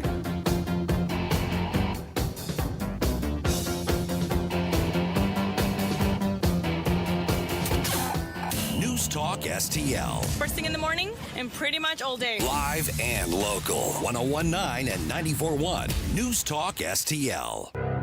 Freedom isn't just a word. It should be a way of life for all Missourians. Wouldn't it be wonderful to live in a state where you're free from excessive taxes, regulations, and corporate handouts, and free to send your children to the school of your choice? That's why we at the Show Me Institute put together our 2023 Missouri Blueprint, a roadmap on how the state can progress to a bright future. The blueprint covers policy ideas from taxes to government transparency, from education to health care, and more. Our vision is for Missouri to be a place where entrepreneurs can pursue their dreams. Parents are free to direct the education of their children, and a growing economy provides opportunities for all. Critical to achieving this vision is a government that understands the value of freedom in the lives and future of our people. Check out our 2023 Missouri Blueprint, moving Missouri forward at showmeinstitute.org. The Show Me Minute has been brought to you by Show Me Institute and Show Me Opportunity. Tony Colombo here for Cadre Asset Management. A cadre is defined as a small group of people specially trained for a particular purpose or profession, and that is the role that Cadre Asset Management can play in your financial journey. Learn more about how they can help secure your financial future by following Cadre Asset Management on Facebook, or just go to cadreassetmgmt.com. Cadre Asset Management is a Missouri-based independent advisory firm licensed under and securities and investment advisory services offered through Founders Financial Securities, LLC, a registered investment advisor, member FINRA SIPC. Getting a new floor for your home can be intimidating and a little scary, but that's not the case when you go to Michael's Flooring Outlet. Katie here, and my mom and dad used Michael's, and they had a great experience. They've been a locally owned and operated family business for more than 30 years. You want variety? Michaels has carpet, hardwood, laminate, ceramic tile, luxury vinyl, natural stone, and many other options. Shop in-store at one of their 3 locations in Creve Coeur, Dardine Prairie, or St. Peters. Check out everything that Michaels has to offer at igotfloored.com. You can't buy a best friend. You can love them, walk them, pet them, and care for them, whether they want you to or not. You can take a picture or 50. You can fly to the moon, travel the world, or just stay in bed. You can't buy a best friend like that, but you can adopt one. There are millions of pets waiting for a best friend just like you. Help us save them all at bestfriends.org. This hour of Mike Ferguson in the Morning is brought to you by Stifel. Request a portfolio review from your Stifel financial advisor at stifel.com. That's STIFEL.com. Good morning, St. Louis. It's Ben Shapiro. I'll talk to you tonight at 11. But right now, back to the Mike Ferguson Show on the new conservative voice of St. Louis, 1019 and 94.1 News Talk STL. Okay, I want to start with your opinion here in just a minute, Gabe. But what do you think? Should politicians be allowed to block the trolls on social media? We'll get to that in just a second. Yeah. I'm curious what I'm going to come up with too. Yeah. All right. Corey Bush goes on another unhinged rant. Yes, I am going to play it for you. You're welcome. We're going to do that at 7:05. It is it's something, even for her. Mm-hmm. And so I guess I've got a question then for the Democrats, for the liberals here in the St. Louis area. Because, listen, there are going to be some who are going to hear this rant and go, yeah. Yes. Absolutely. Probably a lot more than we'd want to admit.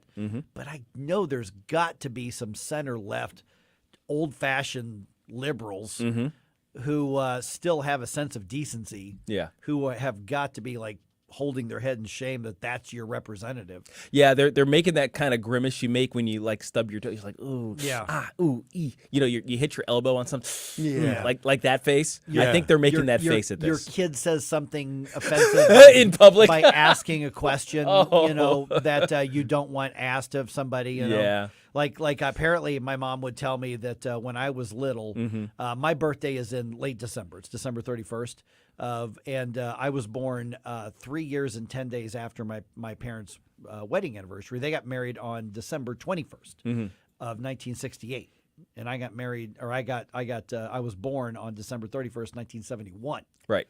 And so when I was a little kid, old enough to, understand basic numbers like preschool, apparently at the church my dad pastored at the time, I thought it was great to tell people I was born 10 days after mom and dad got married. And so my mom would have to run around chasing me like 3 years and 10 days after, Yeah. And so kind of that cringe, like, oh, no, don't say that. I have a kid say the darndest thing moment. We can get to that later. Okay. Go ahead with our esteemed So Gary here. Lukowski here, that conversation we just had with him, I think is fascinating because this actually happened in Missouri. State Representative Cherie Tolson Reich from Central Missouri got slapped down by a court when she was blocking some people on her social media, and they were just leftists who were trolling her, constantly and harassing her online. And she's like, "I'm done with you." Yeah. Well, they sued. They and the ACLU sued. Sure. Saying you're blocking access. You to can't do that. Yeah, you can't do that. So if you're an elected official, do you give up the right on social media to block people on that? So far, overall, the courts have generally said, yep, you can't pick and choose who you're going to communicate with if you're a public official. Right. Yeah, and I think if we're talking about, and I think this kind of came up during the conversation, the official, your official social media account versus your personal social media account, that you probably want a separation between those anyway. So certainly on your personal one, you should be able to, but from your official one, it's an avenue of communication, right? Now, of course, the other part of that is, well, isn't it possible then for people basically to have the mob veto, and you constantly bombard? You can pay people in India basically to bombard a single person. Right. So conceivably, your opposition could bombard you with simple, trollish, stupid comments, maybe nonsensical non sequiturs, and just completely fill up your Twitter feed with nonsense, so you can't actually communicate with anybody. Right. So it's possible that those types of things could be prohibitive to the purpose of the social media account to begin with. Like a heckler's veto. The heckler's veto. Yeah, a social media version of heckler's veto. Exactly. Veto. Yeah. Yeah, and if you had a personal account and all you did was post pictures of your puppies or your picnic or that kind of thing, you might be able to make that case. But so far the courts have said the second that you comment on anything politics or policy related or government related, even from your personal account, then it becomes, you're the representative, you're the senator, you're the governor, you're the whatever. Now, I don't even like if you have a separate account just for the government stuff. I don't like that. I think you still need to be able to be a private citizen. Mm-hmm. You know what I mean? So, I have both a public and a sort of private account. Right. My St. John the Philosopher account is the one where I do most of my commenting on various things. Where I do a lot of the interaction on Twitter. This is on Twitter. Yeah. And then I have a one for myself basically. I didn't know that. And I haven't. The problem is I haven't used that other one since Oh, forever. okay. So I don't give it out because there's almost no point. But let's say, for instance, I forgot to switch over, on the little app.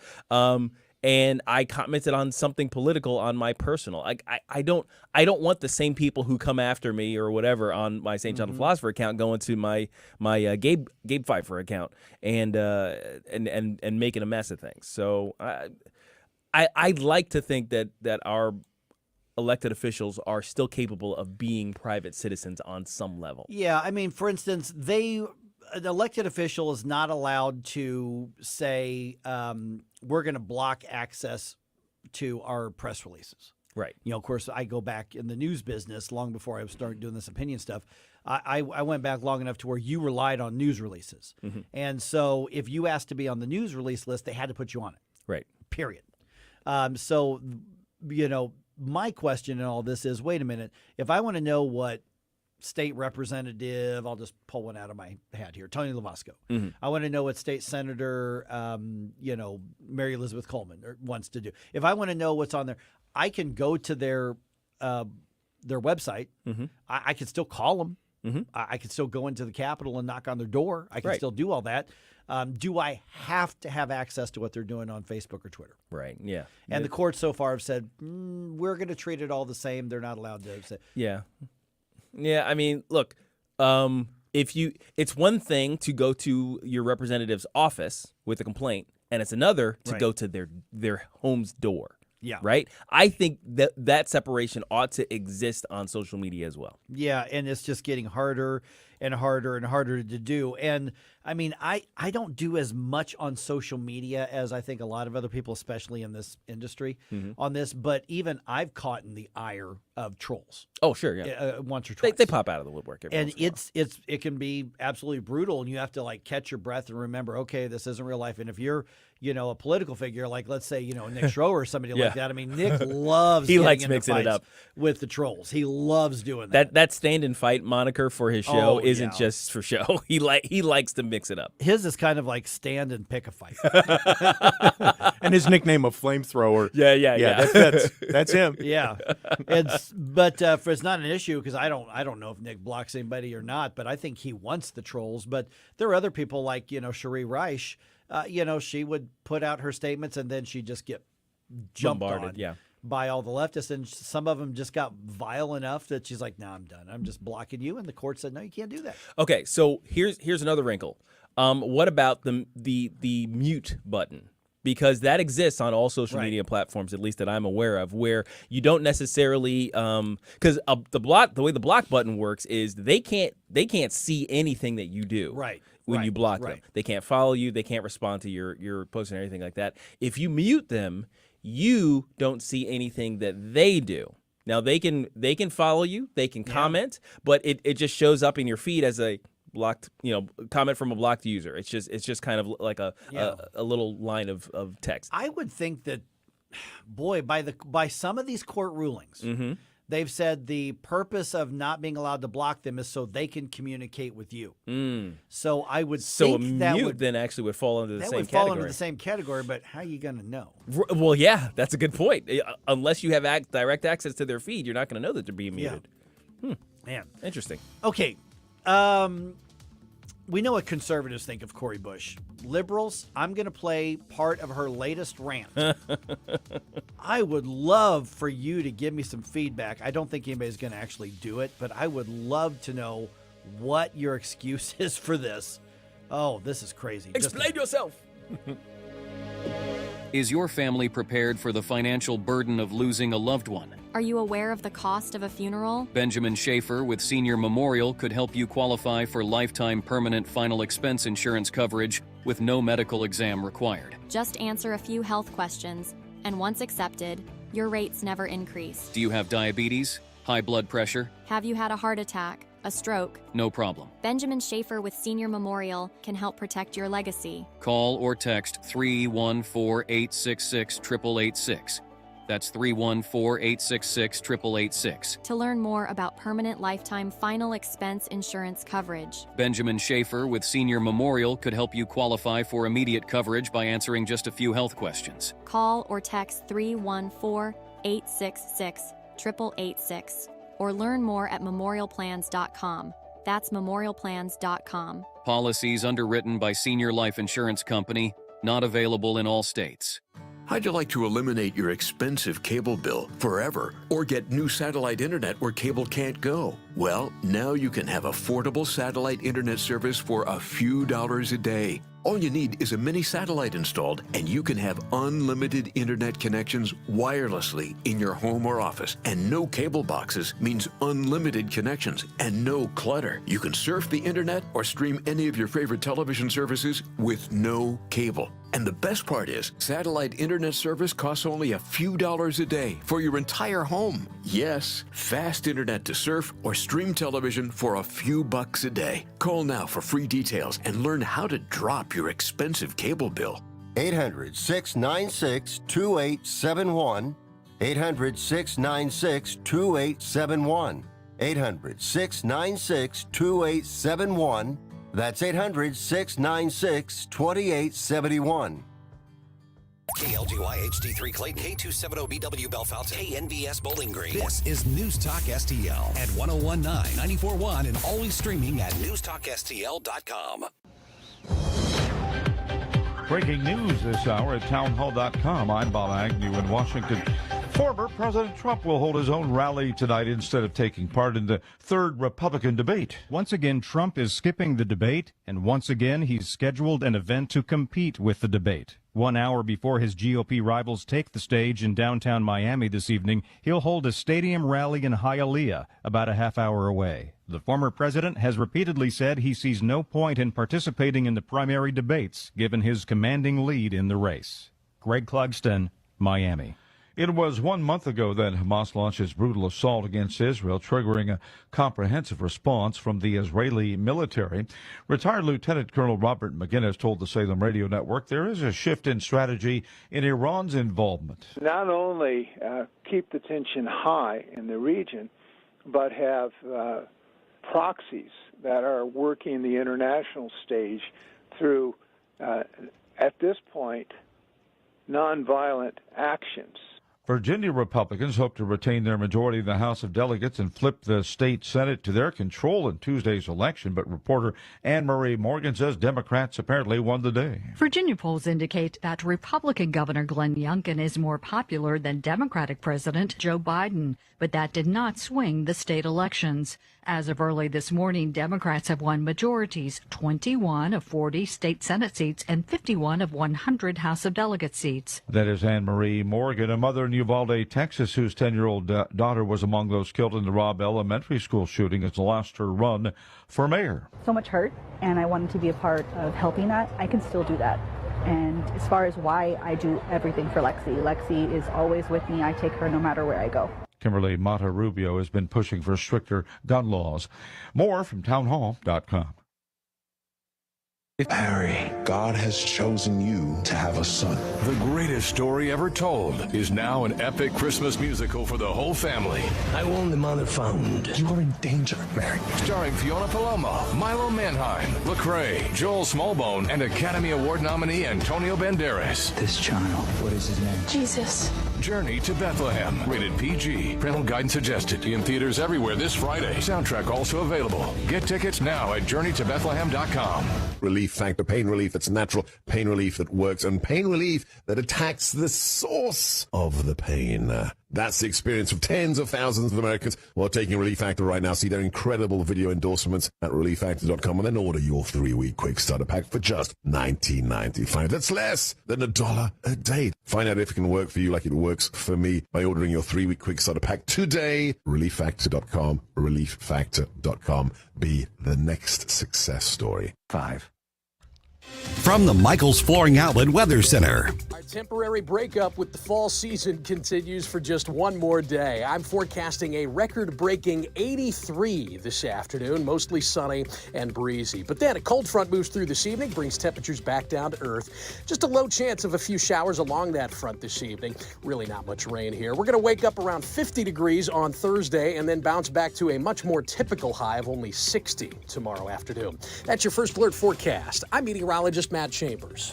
This hour of News Talk STL is brought to you by Rodney and Jen Wallner and the entire Wallner home selling team at Berkshire Hathaway. Call them today at 314-810-SOLD. 314-810-SOLD.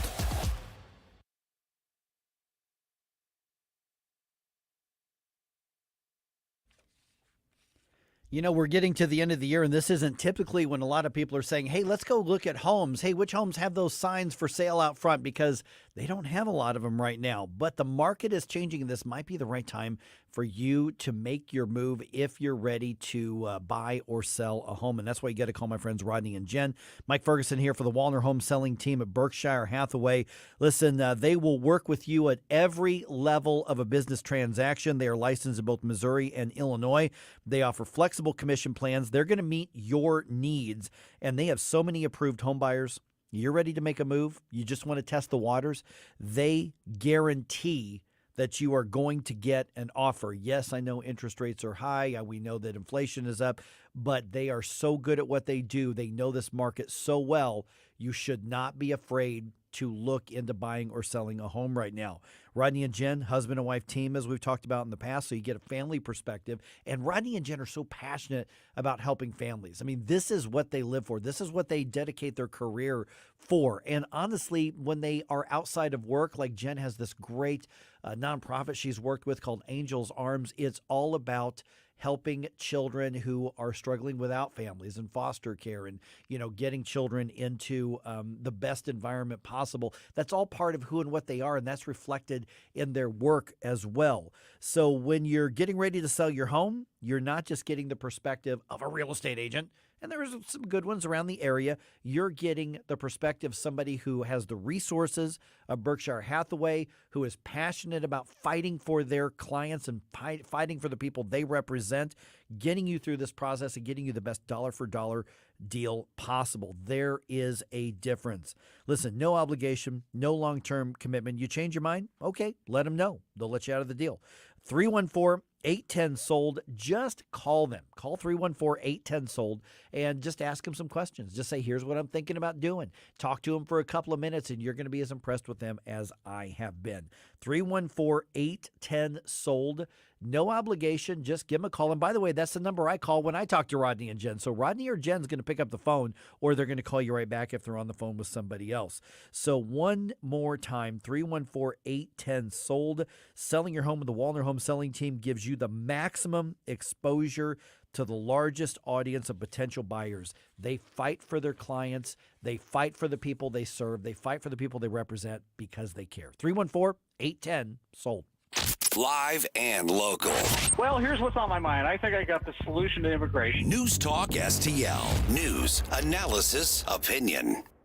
This hour of Mike Ferguson in the Morning brought to you by Window World. Simply the best for less. 314-993-1800 or visit windowworld.com. Mike Ferguson. You play ball like a girl.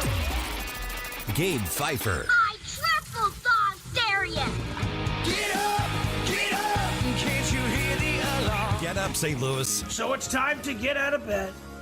Pour yourself the greatest cup of Kofifi the world has ever seen. Rise up with one voice. drain the swamp, and take back our country. Today's the day we're going to do it, and it's time to do it right now, believe me. Mike Ferguson in the morning on News Talk STL. You know, sometimes we get caught up in the political drama just because it's just that. It's drama, it's conflict, it's a big soap opera. You've heard people say that Washington is Hollywood for ugly people. Yeah. You know, sometimes we get caught up in that. Other times, the drama, it matters. Yeah, that's true. So Rashida Tlaib censured. Cori Bush loses whatever her version of a mind is. We're going to play that for you. You do not want to miss that here in just a couple minutes, I'm saying.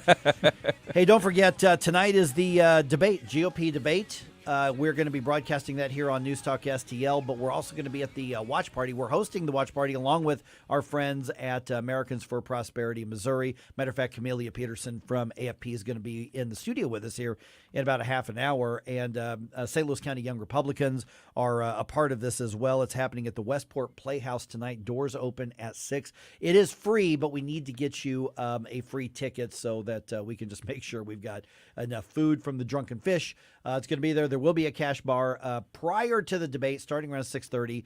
Gabe and I are going to be part of a panel discussion with you. This is not just us talking to each other. So Gabe and me and Camelia, Jeremy Cady from Americans for Prosperity, and Frank Catanzaro from the St. Louis County Young Republicans. We're going to talk about this debate, the state of the race right now, the state of the Republican Party, the conservative movement, free market movement, and then we're going to hear that debate from 7 o'clock till right around 9 o'clock. And then after that, Tim Jones and Chris Arps going to take over at Westport Playhouse and kind of do a postgame. So if these candidates have that great exchange of ideas, we've got a lot to talk about. If they decide to become cartoon characters again, then we've got even more to talk about. So either way, this is where you want to be. There's going to be a number of candidates there. It's going to be a great, if nothing else, if you are connected with campaigns or politics or policy, freedom movement, conservative movement, anything like that, this is going to be a great networking opportunity as well. Okay, so yesterday in the U.S. House of Representatives, this happened. The yeas are 234 and the nays are 188 with 4 answering present. The resolution is adopted. And that resolution was to formally censure Congresswoman Rashida Tlaib of Michigan. Yeah, so you know she was making way too much noise, so they smacked her with a newspaper. Well, it wasn't even just that she was making too much noise; it was the wrong noise. Yeah. You don't bark at these people, right? You don't bite, basically. Well, yes, so, don't bite. For instance, Congressman Richie Torres, who was a Democrat out of New York, state of New York, he was one of the Democrats that voted for the censure. Because what they say, there was 20 or 22 Democrats who voted for it. There were 4 Republicans that voted against it. So that's what made this not a slim. I mean, it was clear censure of Rashida Tlaib. And he was on Fox. He was on Special Report. And here was the reasoning that he gave for censuring somebody from his own party. When you utter the phrase "from the river to the sea," you're not simply calling for the creation of a Palestinian state, which is fair game, but you're calling for the destruction of Israel as a Jewish state, which is a line that no member should ever cross. And so it's the right of Congress as an institution to vote for a censure that condemns hate speech. So there is a fine line when it comes to something like this, a fine line between you've got the right to say something stupid or offensive or unpopular, and you've crossed the line to the point where we will formally and officially reprimand you. So her right to free speech is not being stopped. Right. Okay. She can still go say "from the river to the sea" if that's what she wants to do. She can still say it. But what that means is basically it's a reprimand, and the United States House of Representatives is now on record saying, we think you were out of order. You were wrong. She's not being thrown out of office. She's not being thrown out of committees.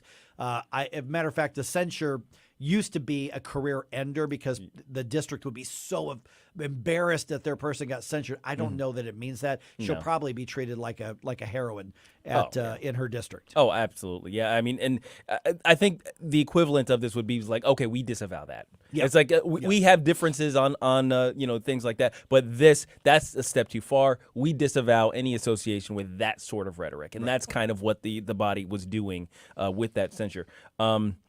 But like you said, in these days of hyperpartisanship, when the other side comes at you, that's counted as a win. Yeah. So I think she's gonna just be treated like a rock star even more than she already is in her district. Yeah, you know, in the far you know left. what? Yeah. I have no idea if she's on any committees at all. But if we do the flip test, and if this was a Republican, I bet there would be a huge outcry to have her taken off of any committees that she's involved with. Yeah, probably, because there have been some fringy Republicans who have been removed from committees. Yeah, that's true. They haven't even been censured, right? They've Right. just been removed from committees. It's like, okay, you're a little too nutty for us, so Right. we want to remove you. Now, yeah, that's a good point. Now, for instance, George Santos being removed, okay, I get that Mhm. because you've got clear ethical Yes. issues, and he's admitted lying and all that. Okay, so that's one thing. But there are some just fringy, weirdo Republicans who have been removed because they're fringy and weirdo. Right. So, yeah, there would be that kind of outcry. And Especially considering the committees that she's on. Right. And when, God. and when you look at the squad, it doesn't get any more fringy than that. Mm-hmm. But again, I have no idea if she's on any committees. I'm guessing she yeah, probably is. Yeah, unless you've been booted off, you're on committees. Mm. Yeah, I mean, like Santos is not. I think she's on like a defense committee. Yeah. Or something. Oh, yeah. It's ridiculous. And, Yeah. and Omar is on like one that's she Mhm. shouldn't be on. Omar's been kicked off one or two. I mean, but even here's the thing: is that even I think some. I'm not going to say most or even a majority. I think some Democrats, even those pretty hard to the left, are seeing this. These actions of Ilhan Omar and of Rashida Tlaib and Cori Bush, which I'm going to play her rant here in just a second. And if they don't feel personally embarrassed, they at least know this is bad for their brand. Right, generally speaking. Yeah. Well, but of course, it really depends on where it's coming from and Mhm.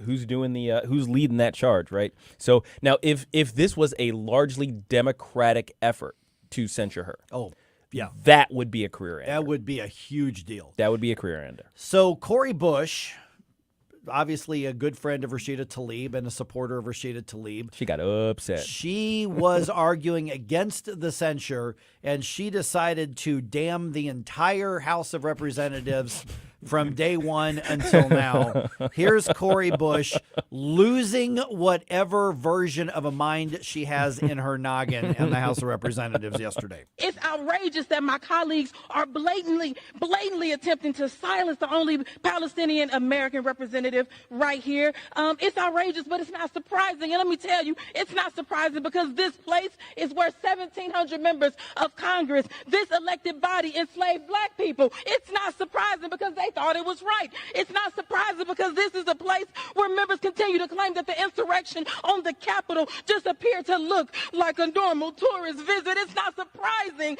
because this is the place where our black and brown staff members repeatedly speak of experiencing racism and sexism, Islamophobia, get pushed off at elevators, xenophobia, and more right here in this workplace.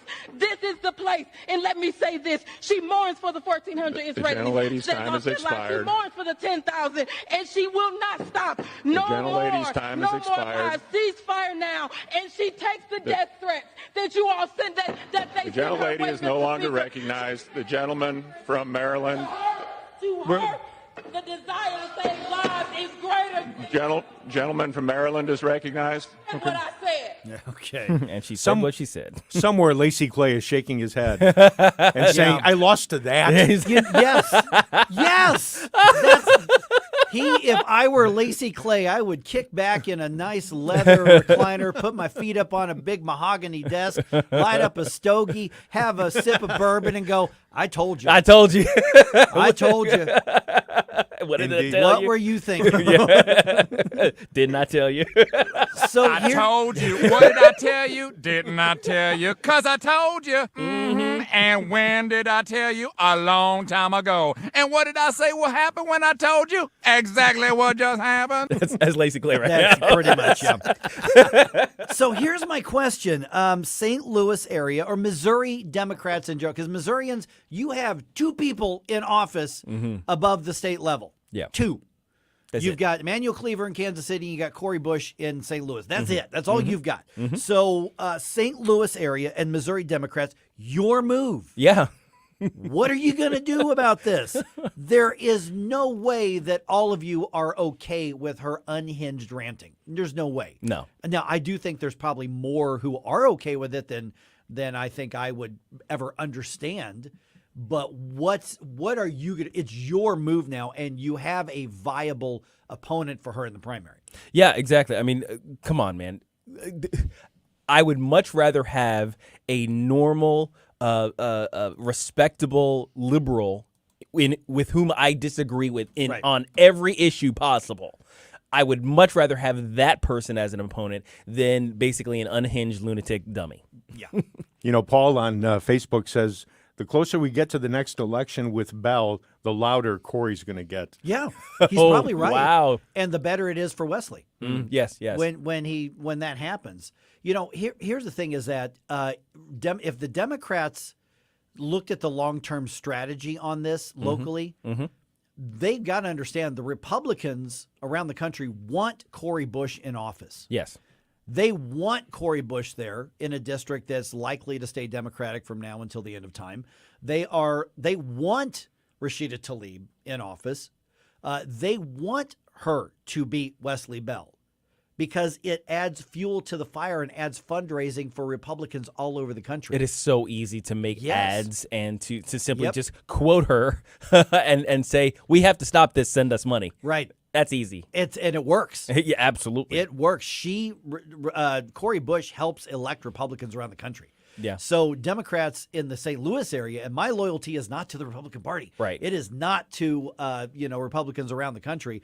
I'm more worried about what happens in this region right here, and Cori Bush is hurting the St. Louis region. Yes. So Democrats, it's your move in the St. Louis area.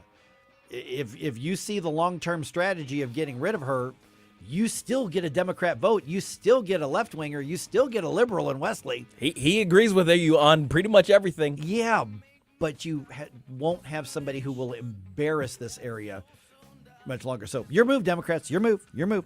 All right, just ahead, got another update on something happening in St. Louis City. Talk about the dysfunction in left-wing governments. There is a big change being made to the Homeless Bill of Rights effort. We'll talk about that just ahead here on 1019 94.1 News Talk STL. For podcast articles and more, find us on newstalkstl.com.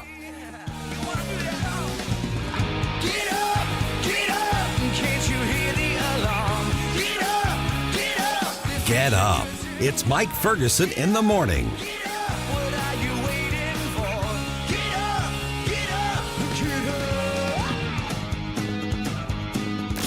On the next Larry Connors, USA. Many are calling for a humanitarian pause in the Hamas war, or at least a ceasefire. Who's asking Hamas to surrender? Larry Connors, USA. Now, weeknights 6 until 8 on News Talk STL. Bring your family to the 4th annual Moolah Festival of Trees to experience a winter wonderland with over 40 exquisitely decorated Christmas trees with amazing gift packages November 19th through 26th at the Moolah Shrine. Purchase raffle tickets for just $1 for a chance to take home one or more of these creative and beautifully designed trees, including the gifts, which include toys, tools, sports items, kayaks, barbecue pits, gift cards, and even a complete HVAC system for your home. Tree values range from $500 to over $12,000. The Festival of Trees is an exciting Christmas event for all ages.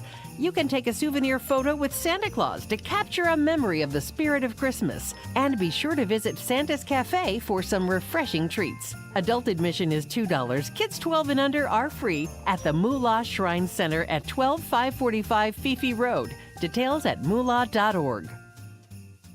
The Vic Porcelli Show. It is an honor and a privilege. Alan Dershowitz, thank you so much for your time this morning. Hey, I know how to talk Brooklyn Italian. I grew up with Brooklyn Italians. All of my friends grew up in Sicily. We know what to say. Let me give you a word and see how you say it, okay?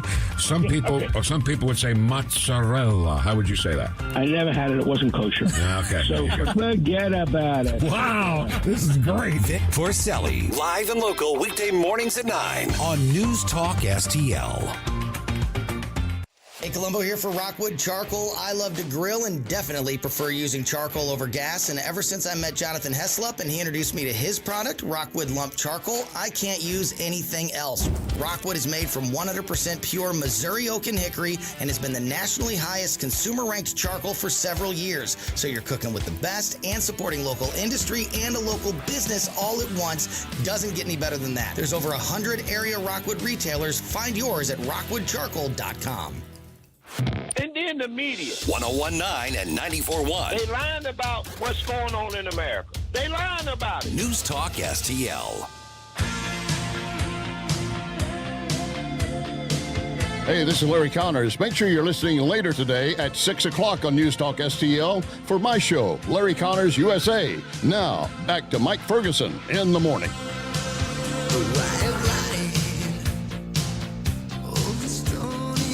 Little trivia question about this song here, Stel. This was the first bump music ever played on Mike Ferguson in the morning. This was the first bump music locally played on News Talk STL. How about that? Yeah. I had no idea. Yeah. I remembered coming in that first show, and I'm like, I'm going to pay special attention because I didn't know what the bump music was going to be. Ken Williams had that lined up back then, and this was the first song that was played. So that was your memory from back then, and now here we are, T-minus 3 days from moving out of this studio. That's right. We are leaving downtown St. Louis. All right. 1% raise for everybody. Yeah. And the business itself. And the business itself that helps gains another all 1%. of us. Exactly. All right. We'll get to this in just a couple of minutes here, but pooping on the street will remain illegal in St. Louis, at least for now. Good morning. You know what's sad? That we had to declare that. Yeah, I had to let you know that's the update. You know, it's like, shouldn't it be obvious that pooping on the street is illegal? Yeah. Shouldn't it be obvious that it should stay illegal? Try that in Chesterfield, people. You ain't getting away with it. No. Oh, my gosh. Oh, and pick up after your dog while you're at it. Yeah, really. All right, it is Presidential Debate Day now at 7:35. Let me know. I want to know what you're hoping to see and hear from the candidates. Matter of fact, if you're streaming us on social media, watching us or listening to us, let me know in the comments. Gabe and Stella are watching Twitter and Facebook. I'm watching Rumble. What are you hoping or what are you expecting to see and hear from these candidates tonight? And, of course, we'd love to have you join us at the debate watch party at Westport Playhouse tonight. Doors open at 6. I'm going to be there. Gabe's going to be there. Our friends from Americans for Prosperity going to be there. The St. Louis County Young Republicans are part of the hosting. So it doesn't matter where you're from. We'd love to have you. More information at newstalkstl.com. It is free, but you need to get on the list, and so that's the way to do it. Guys, here, I've got a quick note. People Magazine just sent us a note here. People Magazine? Yeah, for us. Oh, okay. Because, they've got big announcements this time of year. So real quick here, I don't know why they sent it to me just for us here in the studio here, but here's an announcement. Okay. Not you.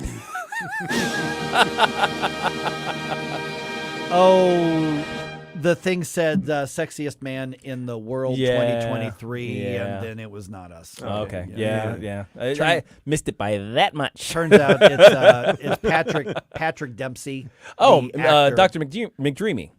Sure. I think he was an actor on was it ER? It was one of those doctor shows.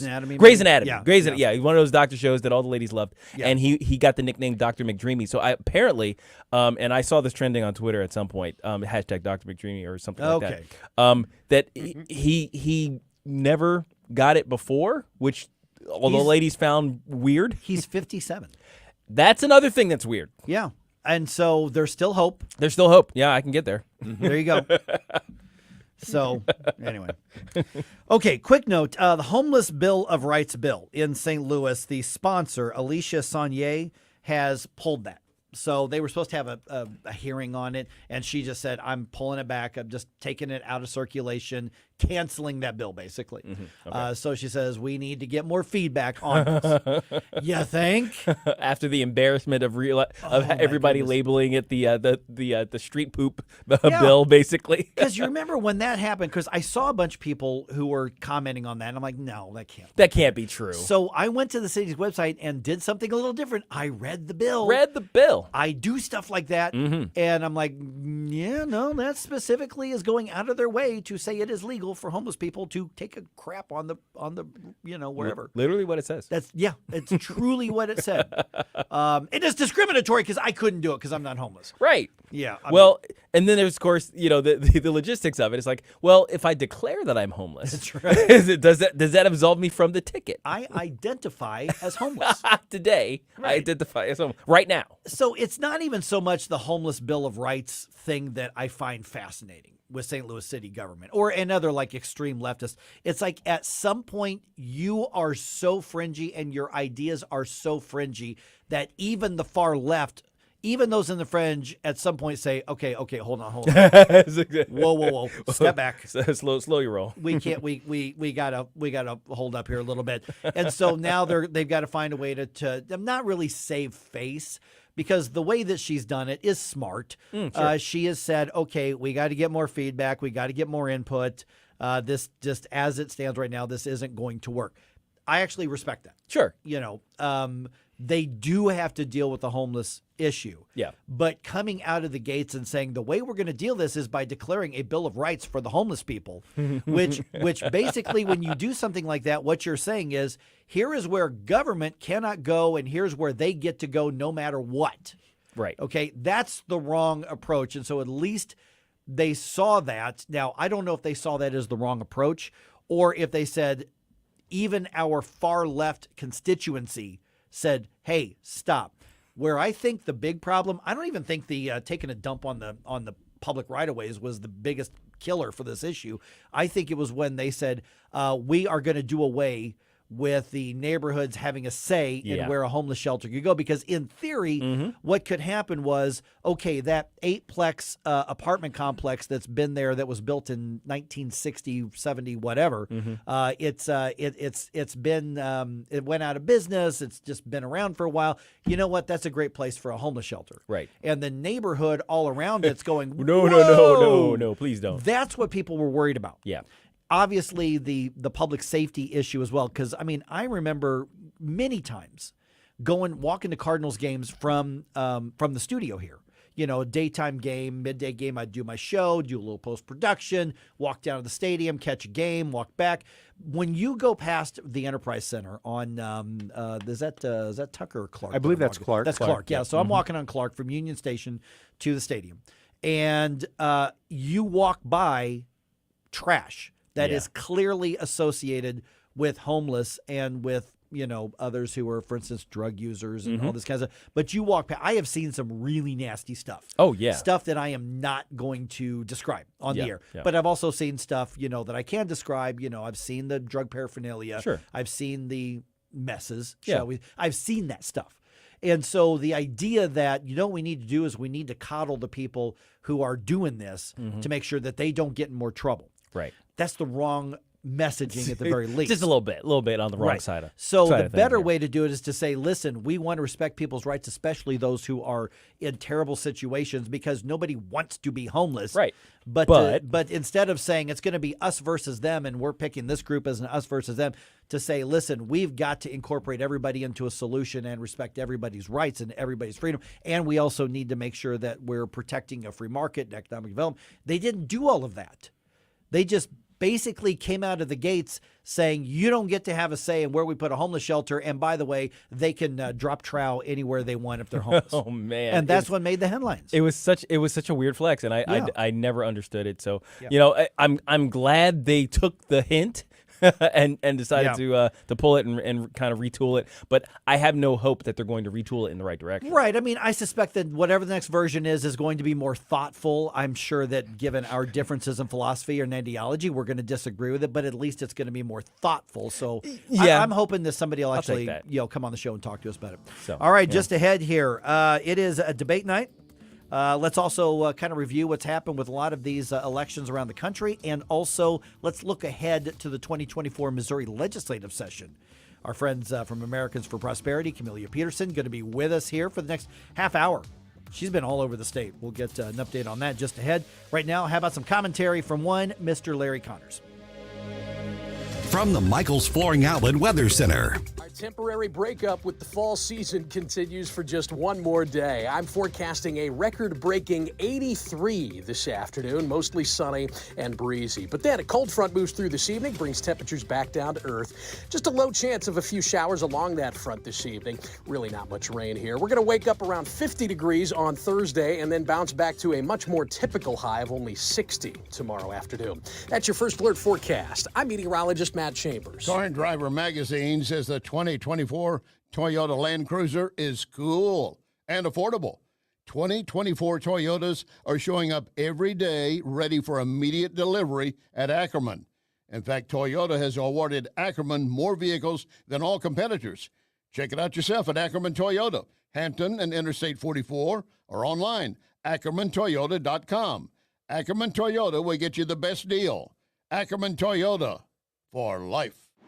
This is Larry Connor's commentary on News Talk STL. Two sports stories dealing with freedom of speech and discrimination. First, the sports story, a Democrat donor going to the Eagles-Cowboys game. He draped an American-Israeli flag over the ledge of his suite. And then he says, I was forcibly removed and assaulted because I hung an American-Israeli flag off my box. He said, stadium officials said, you can't use signs, banners, things that might be obscene or indecent. So there's nothing obscene or indecent. Said, I watched the Eagles NFL make clear and strong statements in numerous civil justice issues and even support Ukraine, and I can't do this. And then we have the story of discrimination. It's not what you think when I tell you it's NASCAR. It's not what you think. NASCAR has had requirements that if you're going to be in the pit crew or the driver programs, you cannot be white. You had to be a member of one of the racial ethnic minority groups. Otherwise, whites are not included. And somebody now saying NASCAR shouldn't be picking drivers based on race and sex, but ability to drive. Oh, common sense comes into play. Well, by the way, I'm going to be discriminatory. If you want to be the permanent host of Larry Connors USA, you must be the Larry Connors. There. Don't like it? Sue me. Get more Larry Connors on Larry Connors USA. Tonight at 6 on News Talk STL. This is Christina Straight with Straight Realty reminding you why pay more than 4. In 2003, we had a dream to start a real estate company that would revolutionize the real estate market. Now, 20 years later, after navigating through the many market's ups and downs, we know exactly how to help you in this challenging time. I'm Christina Straight, owner of Straight Realty. Don't give away your hard-earned equity. Give us a call today, 314-441-4444, 314-441-all-4s. And remember, why pay more than 4? Straight Realty is a licensed broker in the state of Missouri. As you know, my friend Mike Lindell has a passion to help everyone get the best sleep of your life. He didn't stop by simply creating the best pillow. Now Mike has done it again with his My Slippers, and the folks at My Pillow are having an early Christmas slipper sale. The original My Slippers regular price is $139.98, but for a very limited time, they're offering these slippers for just $39.98. They come in a variety of sizes and colors. Use a promo code ONFIRE at MyPillow.com or call 1-800-645-1392. The My Slippers are designed to be worn indoor and out. They are made with My Pillow foam and impact gel to help prevent fatigue. Plus, they feature quality suede leather. Unlock this special offer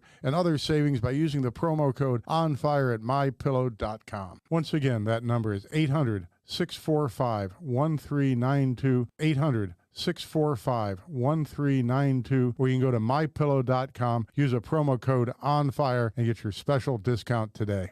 This is what's happening. Israel and Palestinians equally deserve to live in safety, dignity, and peace. The number one threat is Hezbollah. The border's wide open. 101.9 and 94.1. We're going to pay for Biden's border failures for a long time. News Talk STL. Hello, morning people. Tony Colombo and Katie Fitzpatrick here. Thanks for listening to Mike Ferguson in the morning here on News Talk STL. And don't forget to join us today at 2 for Colombo and Katie. See you then.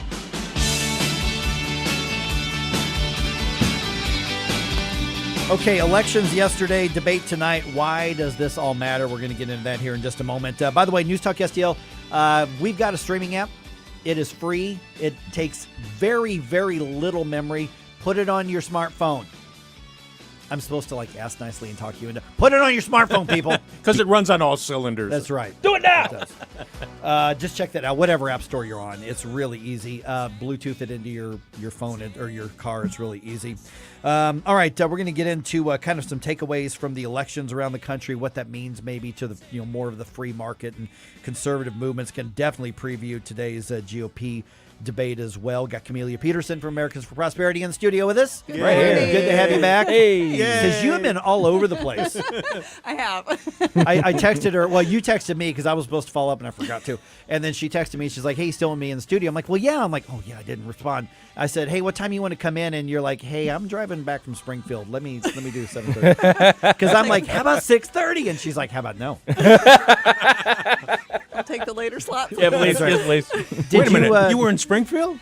Yes. Oh, I yes, should have asked you to bring back a pie from Village Inn. Oh, there you go. Oh, no, wait. No, if you there's a need better- pie, I will make you a pie. Oh, Even better. yes. That's awesome. We love that here. Oh man, there's. By the way, did you hear that big announcement we just got from People magazine?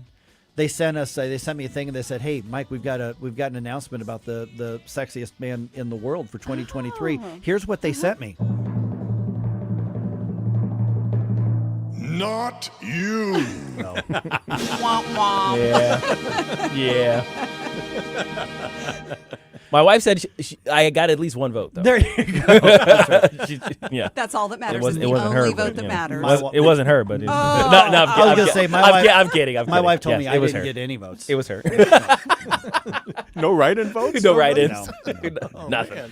Okay, let's first. I want to get to the debate watch party tonight because I was thinking about this last night, Camelia, and regardless of which way this debate goes, because we don't know which way it's going to go. Yeah. No. Either way, this is going to be a lot of fun tonight. Oh, for sure. Oh, I mean, totally. because we're all going to be there first of all. Oh, yeah, that's right. That might be the most fun part about it. But no, I think the debate will be a little more interesting, different dynamic. The field is narrowing, only 5 people on stage. So, yeah, we'll see how it goes. Yeah, and whether or not they have learned their lessons. Yes. Which one of the problems with these campaigns is that they hire people like me to do their communications. And I say people like me, people who make their living in communications and who I've been a communications director, and I like to think I was a little different of a communications director. But what they do is they get these people who say, you've got to say these words. You've got to get that soundbite. We got to make this go viral, instead of saying you need to engage the voters and show why. I mean, and so their new school sucks. The old school is smarter, but all these, 20 and 30 something communications consultants don't really see it that way. Right, and I think there is a disconnect between what the average American is talking about and what they're talking about on the debate stage. Absolutely. Now, we do know that in addition to obviously Israel and Hamas and all of that, that's going to be a big part of it as well. But there's going to be something brought up about the elections last night around the country. Yes. Wow. This is like, I mean, we had the red wave that wasn't in 22, and then we had last night. I think that was a real blow. And boy, I sure hope, if nothing else, we are all doing some introspection because we're not doing something right. Yeah. So, Yes. Yeah. That's absolutely true. I'm not one of those who's convinced that what happens in one state speaks for the rest of the country. Right. However, look at the last few election cycles, and the trends are not what we want. So I think that's a great word, introspection. We need to be doing that. So what do you think we are doing wrong? Because it's obviously something. So we're doing something wrong. Is it our messaging? Is it our ground game? I think in a lot of ways it's our ground game. It's just not where it needs to be. I think it's both. Mm-hmm. I think it's both. On the right, we've kind of gotten this. We always feel like it always feels like we're behind the ball culturally when it comes to arts and utilizing new technologies and all of those kind of things. And I think that it is essential that we get on the ball with those things because the left is outdoing us, left and right. Yeah. with that. But I mean, it is also messaging because the right kind of has this reputation as being cold-hearted and uncaring. And we're not. I mean, that's totally false, but I think it is in the marketing. It's in the messaging. When there are lots of people who are doing great things out there, but they also don't go and they don't advertise it to everybody. So I think we need to do a lot better. And also, we are a very divided country. And if we don't start talking to our friends and neighbors and changing hearts and minds and having actual conversations with people, that's not going to change. Now, do you think that basically, at least in my mind, it makes us have to actually adopt some areas where the left kind of thrives, and we've poo-pooed for a long time Yes. in having community organizers. Oh, I was just getting ready to say that. I was like, community organizer has been a dirty word in politics ever since the Obama campaign. Yep, exactly. Yep. But that it was successful. Yep. And when AFP talks about how we go out and mobilize people in the community, honestly, we look at the data that came out of the Obama campaign and the way that they did things, and because there's a lot of validity to the effectiveness of their method, and it was organizing at the local level in neighborhoods, and it was connecting people. It was that snowflake model, and we've got to be a lot better about that. Yeah, I was working on Bob Barr's campaign back in 2008. Yep. So I was, granted it wasn't one that had a chance of winning, but I was working on one of the presidential campaigns back then. We kind of saw, not really super up close, but somewhat up close what that operation did, and it was way ahead of its time. I mean, way ahead of its time. But to your point also, Camelia, is, a lot of times we in the freedom movement, whether you want to take the conservative route. We still need to beat back the big government push in the conservative route, which is happening. But the libertarian, the free markets, whatever stripe of the freedom movement that you're in, we can't sit back and say, we're right, they're wrong. How dare you question me? Just vote the way I tell you to, or else you're a bad person. Right. Yeah, and that seems to be the prevailing attitude anymore. So, I don't think it's working. Well, clearly it's not. I mean, and not even just last night. I mean, you look at what happened in Ohio with the abortion vote, which one should be a signal to the Missouri legislature. Oh my gosh, yeah. You better deal with the initiative petition reform situation. But you look at what happened in Virginia. Glenn Youngkin, I do believe, is still a rising star in the conservative movement. But his job, he just got throttled back a lot last night. And he was on the side that resonates with voters throughout the country, and yet he lost ground in his own House of Delegates last night. And when I say resonates with, I'm talking about, the perversion in the public schools, the exclusion of school choice. I'm talking about the issues that drove him and Winsome Sears into prominence. Right. And, we talked about doing some introspection, and it will be interesting to me, given last night, how much voters step back when they are looking at the presidential race and whether or not this affects how they look at that. I will say I saw something interesting last night, and that they said a CNN exit polling out of Ohio said that about a quarter of voters say that they think Biden should be running for president again. Donald Trump edged out that slightly, with only about a third thinking that he should be running to retake the White House. Those are not convincing numbers for either. You know what I'm saying? Yeah. Like, I don't think the vast majority of people, I don't think the majority at all of people want either of them, to be honest. But I think there are a lot of people on the right who feel like they have no choice. So we are at an interesting crossroads, I think. Yeah. Now, the responding to that in a poll and actually changing your vote are two different things. Oh, absolutely. As well. And that brings us up to, and let's tease this because I know we have to do an information segment, but the debate tonight, this is more important than what I think a lot of people realize. Now, even if you've looked at the candidates and you say Donald Trump's my guy, okay, he's not going to be at the debate tonight, but this is still an important part of the conversation that everybody should be listening to, because a lot of what's happening here is driving the actual policy talk.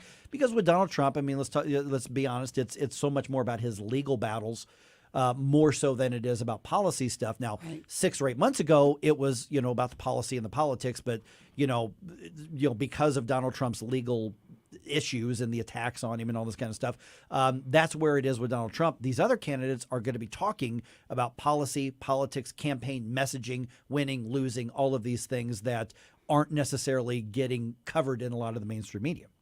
For sure. And it is unfortunate that former President Trump will not join the debates, because I agree. I would really like to hear him talk about policy issues, because he did have some good policy issues. And it just is, I think, I know he doesn't feel like he needs to, but I think in a lot of ways it's a missed opportunity. And I really think that would show real strength on his part. I completely agree. And for those who are, diehard Donald Trump supporters who say, no, he doesn't need to be there, this is a waste of his time. Listen, his debate performances are one of the things that you say, see, that's why you should vote for him. And so I agree. I think it's a missed opportunity. I also think it's a disservice to the Republican voters and caucus goers as well. I get the strategy that he's laying out, but I think that the others are willing to be challenged by their opponents. They're willing to stand by what they're saying, and I think that he should too. Now, he's not going to be there, so we got an information segment. Let's talk about what to expect from the others, what we hope to see, the direction we hope that it will go, and what happens if it goes off the rails again. Yeah. Then we do shots. Is that what the there will be a cash bar. Yeah. There will be a cash bar, and I'm bringing cash. How poor are you going to be after tomorrow night? The one thing, Camila, we should probably not do okay, let's do a contest. I don't want to. No, I have already ruled out the drinking games because nobody's going to walk out if we do that. No, we're gonna have to hold everybody for a couple hours. It's like, okay, guys, rest. All right, Camellia Peterson, Americans for Prosperity, Missouri chapter. Real quick, because I know you're sticking around, but the website, the social media, where do people connect with you all? Yep, AFP Missouri on all the socials, Instagram, Facebook, Twitter, and they can find the link to sign up there and also on the News Talk STL website. Which we will do again here in a few minutes on 1019 94.1 News Talk STL. Like and subscribe to us on Rumble. News Talk STL. Get up. It's Mike Ferguson in the morning.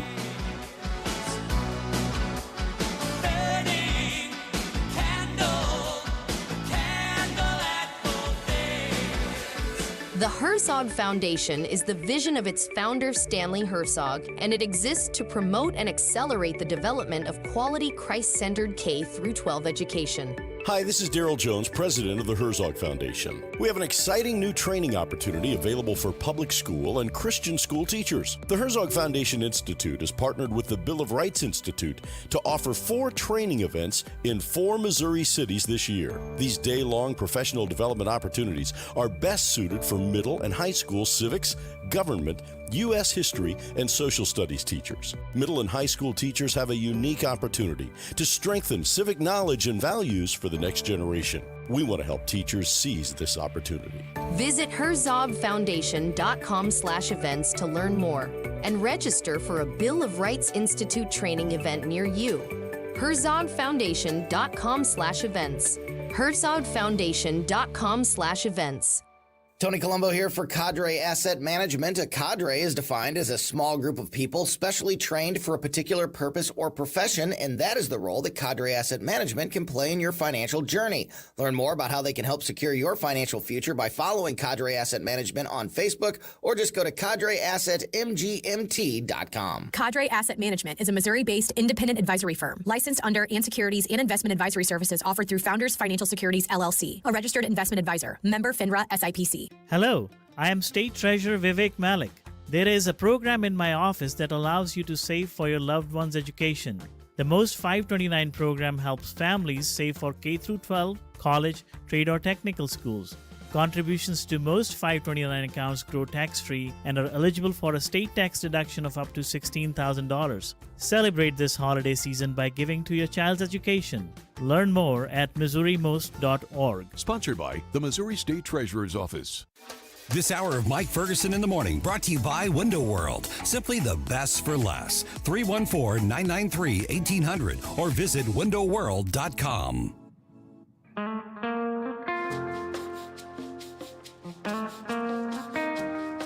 Hi, it's Randy Tobler here.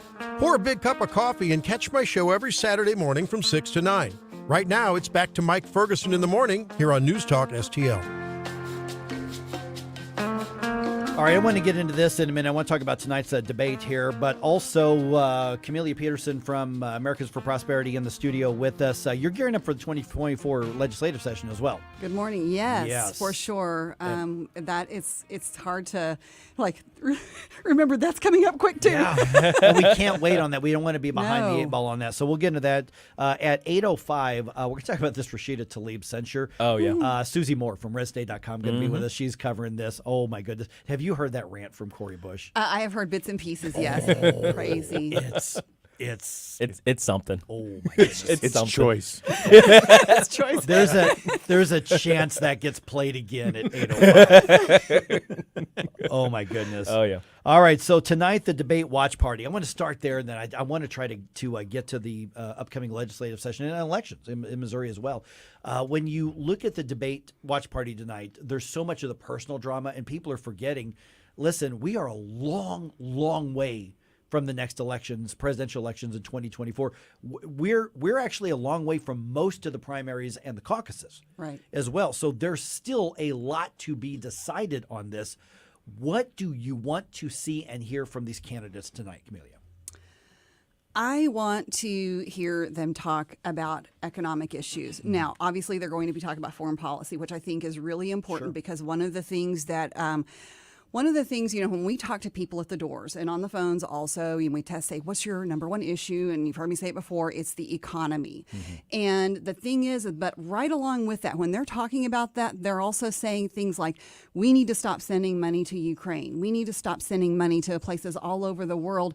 So to me, this is one of the interesting things I think that I'm curious to hear on the debate stage tonight is because with Nikki Haley and Ron DeSantis, that's been something that's kind of separated them in their approach to, funding. And so they may be a little more aligned when it comes to Israel, but Ukraine has kind of taken a back seat, although, Nikki Haley's still been pushing for that along with the Israel funding. So I think it'll be interesting what comes out of the discussion on that as well. Yeah, I think Vivek Ramaswamy may be the only one who's different than the others on Israel. Yeah, significantly. Yes. So, yeah. Right. So. Yeah. Now, bringing it home, we're looking at the upcoming Mo legislative session. And has any of the election results that we saw sort of around the country informed us on what may take priority in MoLeg coming up here? Well, I think we will. I don't know if it'll affect what they do in the legislature, but obviously abortion will be a huge issue in the conversation. And I would imagine that there will be legislators who will attempt to do something related to that, I'm sure. But we're also, education is something that we've been beating the drum on, and we've seen the states all around us doing all of these good things. And it was a blow in Virginia, to see that flipped after Governor Youngkin has done so many things along with Winsome Sears.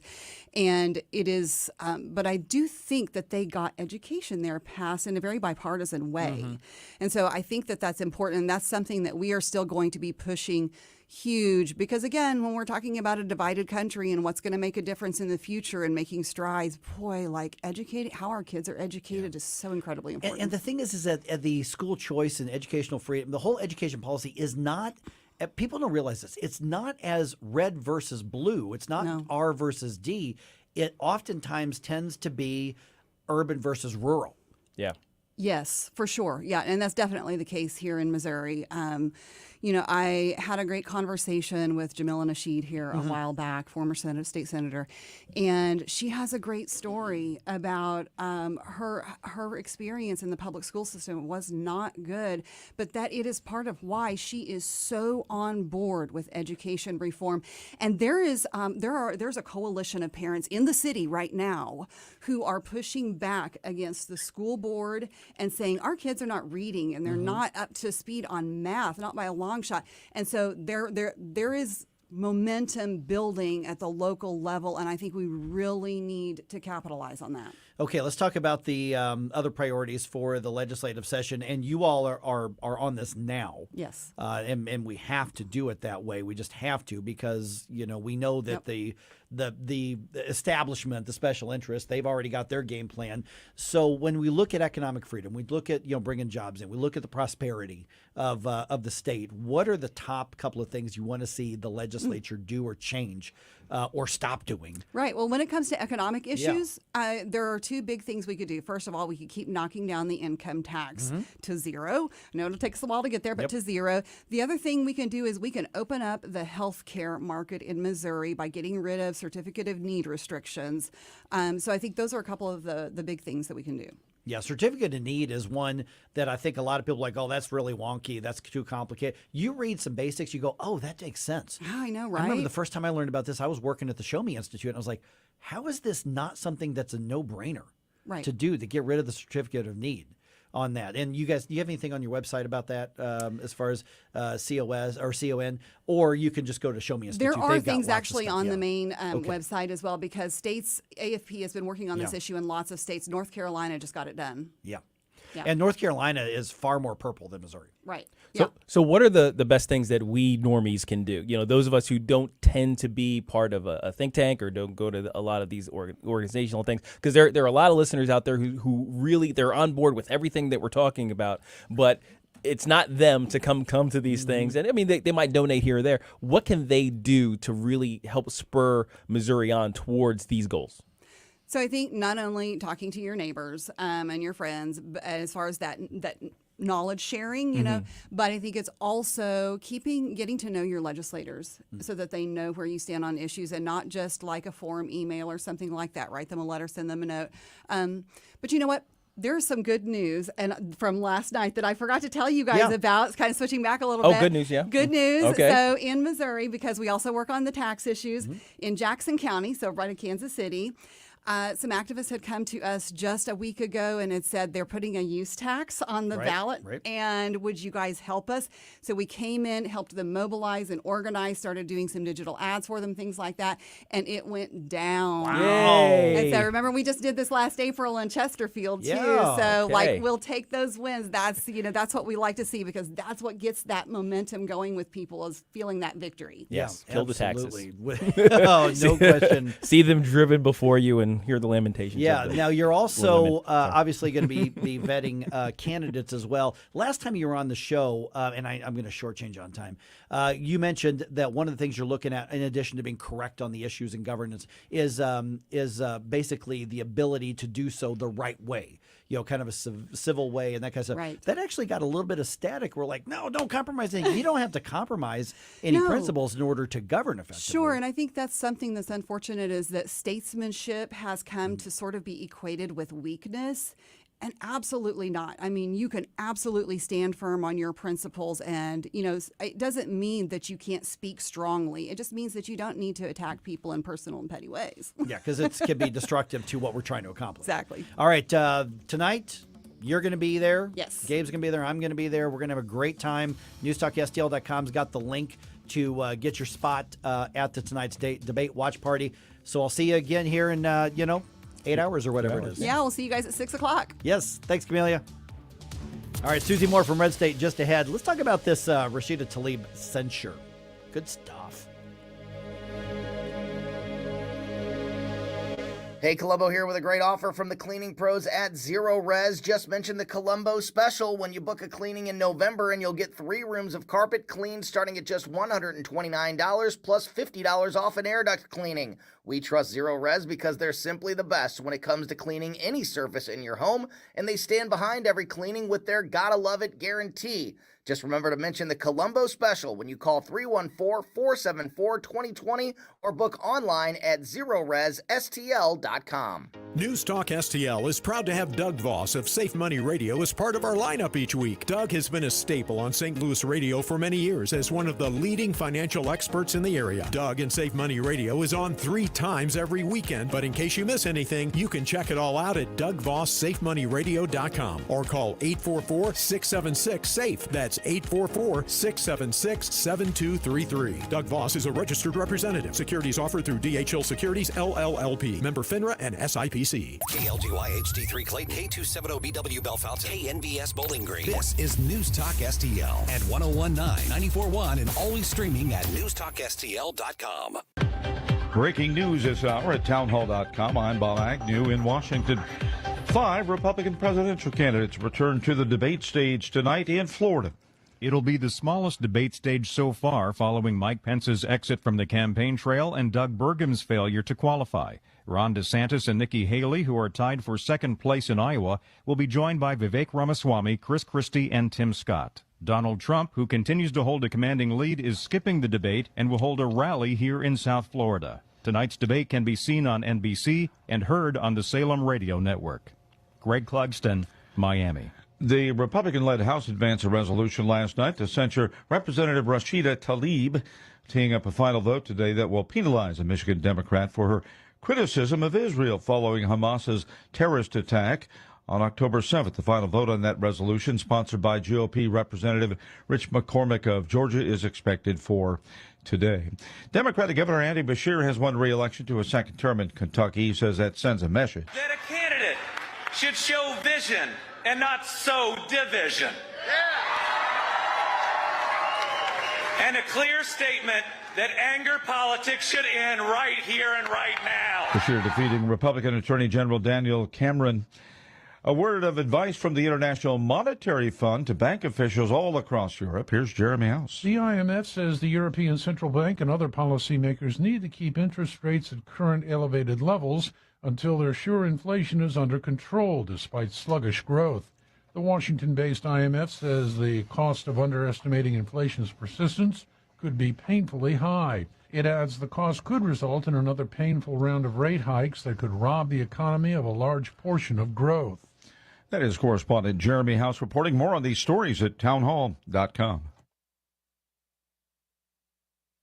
Following is not an actor, but a real-life story from Trinity Debt Management. I'm Corey, and this is my story. I was going through some financial troubles paying off my credit cards. I was paying high interest rates, and it just wasn't getting any better. And I knew I had to do something. So my mom told me about Trinity, and so I decided to call. Trinity was able to do something that I couldn't. I'm paying off my debt, I'm saving thousands, and things are really looking up.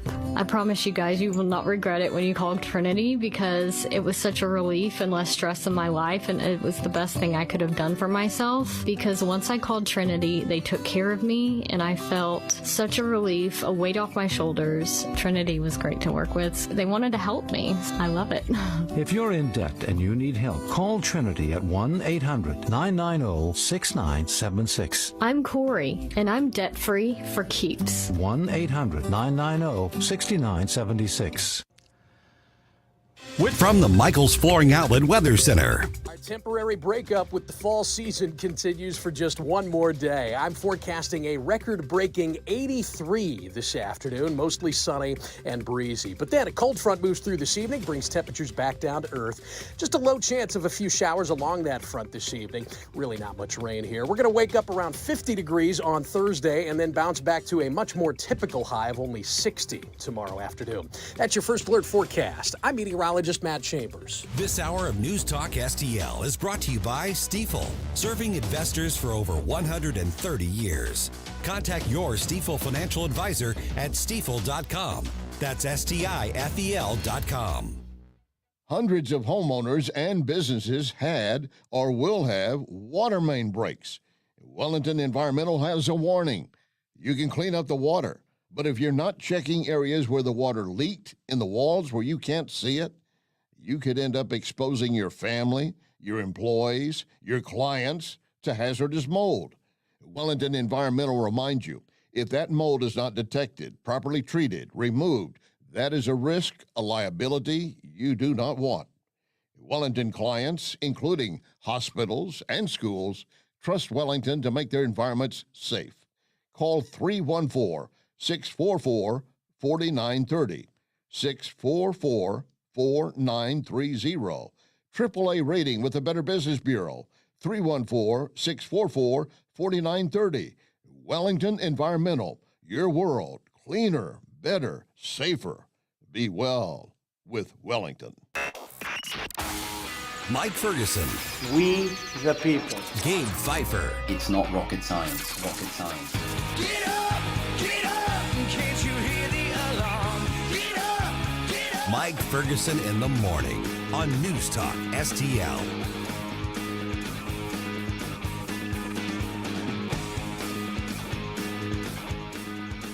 All right, a censorship, not censorship as in you're not allowed to say that, but censored, censured, not censored, censured, happened to Rashida Tlaib and Cori Bush's big man.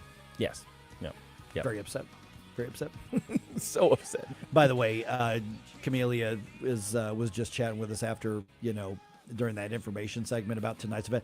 I can tell you this is going to be a lot of fun. It's going to be fun. No matter what happens in this debate, it is going to be a lot fun. Now, Yep. hopefully it's fun and we get a great debate to watch. Right. But if the debate goes more like the second debate as opposed to the first If debate, it goes south, we're yeah. still going to have fun. We're gonna make it work. So go to newstalkstl.com. She did tell us that there is still some room at the event tonight. So it's free, but get your ticket so we can make sure that we got enough food, and want to thank Americans for Prosperity for coming on out and helping us with this event and partnering with us along with the St. Louis County Young Republicans as well. Okay, so that debate watch party starting at 6, doors open, Westport Plaza. We'll get started with kind of a pregame at 6:30. The debate obviously will start around 7 o'clock, and you can hear that debate on 101.9 and 94.1 News Talk STL, and you can watch our live stream coverage on our social media plans as well. All right, so as I have mentioned over the course of the morning, this happened yesterday in the House of Representatives. On this vote, the yeas are 234 and the nays are 188, with 4 answering present. The resolution is adopted. Joined now by RedState.com's Susie Moore, and that resolution was to censure Congresswoman Rashida Tlaib, and this was the second attempt. The first one didn't make it. This one went through. What put her over the edge to kind of get that rebuke from the House of Representatives? Well, good morning. I think what got her over the edge was her promoting the video last Friday that included From the River to the Sea in it. And not in any way owning that, other than saying, oh, no, that's an aspirational thing. Which makes it even worse, kind of. Right. Yeah. It's like, okay, I'm going to insult you. I'm going to say something horrible, and then I'm going to insult your intelligence by pretending like it doesn't mean what it absolutely means. Good morning, Susie. Gabe here. I think we've all kind of been having fun with Cori Bush's unhinged rant, And we're going to do it again in a couple minutes. We're going to do it again. So, this is standard for her, right? What effect do you think that has on anybody? Are the Democrats shaking their heads at this? Are they cheering her on? And is there anything to be made of that outside of the fun that we're having with it? Yeah, I was going to say the effect it has on people that are critics of her is to make them laugh. But, people that are in lockstep with her and support her are going to just think it's great and not acknowledge the silliness of it. Where it might have an impact is because she is facing a credible challenger next year in Wesley Bell. People who are in her district who are not particularly fond of her to begin with and are open to another option are going to be more likely to go with the sane, competent option over her. Well, yeah, and let me jump in on that, because that's a great point, because I know that not all, even hard leftists, are going to cheer on this kind of incendiary, just wild crank weirdo stuff that she's saying. But the Democrats don't lose a left-wing vote if they bring in Wesley Bell. They get basically the same votes. They just have less embarrassment. What's your sense of how well that strategy might be resonating with voters? Well, it's hard to say. I mean, it's early. He only made the announcement a little over a week ago. And obviously, I'm not sitting there having in-depth, discussions or polling people that are voting in that district. But I will say this, Wesley Bell was present at the St. Louis or STL for Israel rally on Sunday. The crowd there, when Cori Bush's name was brought up, was not happy with her and expressed that very clearly.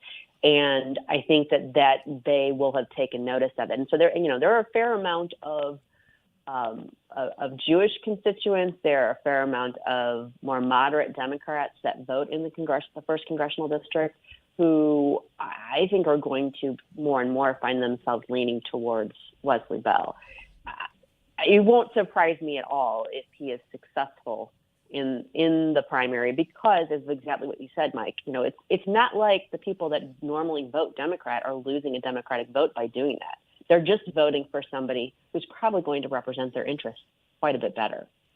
Susie, what do you make of this off-year election results that we're seeing coming around the country? I mean, we had I think a problematic flip of an entire legislature under Youngkin, and the rise of that abortion rights amendment in Ohio. Lots of things kind of not going so good for us. It looks like. Yeah, I think it's a function of a couple of things. In Virginia, the Democrats already had the Senate. They just held on to it, but they did flip the House, which is unfortunate considering the fact that Glenn Youngkin was doing yeoman's work, getting out there and trying to get Republicans engaged and making sure they were voting early and taking advantage of the voting process. I think you're going to. I think it's two different things going on. There's a money issue. The Democrats outraised the Republicans in all but one of the races last night. I think Mississippi was the only one where the Republicans were on top money-wise. But I also think that the abortion issue should not be overlooked. Ever since Dobbs came down last year, that has been the one primary issue that the Democrats have won on and have won the messaging battle. And it's because every Republican candidate that is asked to speak on the issue seems to trip up like they're Todd Aiken. It's clearly an important issue. You can't ignore it, but you need to be clear about where you stand on it and what you think the government's role in it should be, what you think the legal parameters should be, and you need to be able to speak to it clearly and firmly and not stumble over yourself, which Republicans seem to do on a regular basis. And all that does is give Democrats more ammo. Yeah, because, exit survey after exit survey says that about half of the people make that a deciding issue vote. It's one thing to feel passionately about it, but if you are even in disagreement with somebody but competent in other areas, there are some voters you may still win over if they disagree with you on that particular issue. But there is a significant amount to say that's a litmus test. One way or the other, I'm not going to vote for or against you, depending on what you think about the issue of abortion. And around the country, I completely agree that what the messaging they're trying to say is if you're pro-life, you're going to lose. And I don't think that's the case. However, when you look at some red states, I think the vote in Ohio, because that was not a close vote at all. When you look at the vote in Ohio, I think it is a wake-up call to the other states to say, I want pro-life laws. I like the fact that Missouri is pro-life, but we'd better be ready to defend them competently to the voters who matter. But that means don't be a single issue candidate, but we can't compromise our principles, but we need to be really good at defending them. And people, I think, are willing to hear us out. Well, some, not all, are willing to hear us out. But don't think for a minute that in a red state that you couldn't take some losses over this issue if you do it wrong. So there's two aspects to that too here in Missouri. We've got to get the initiative petition reform done, so that you don't have, wonky and willy-nilly measures making their way onto the ballot that don't have clear language and end up confusing people and confusing the issue, because that's going to happen if we don't do that. But the other thing too is I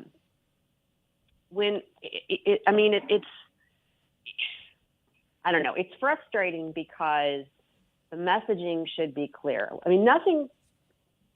think nothing motivates people to vote more than feeling like they are being oppressed or not getting a fair shake.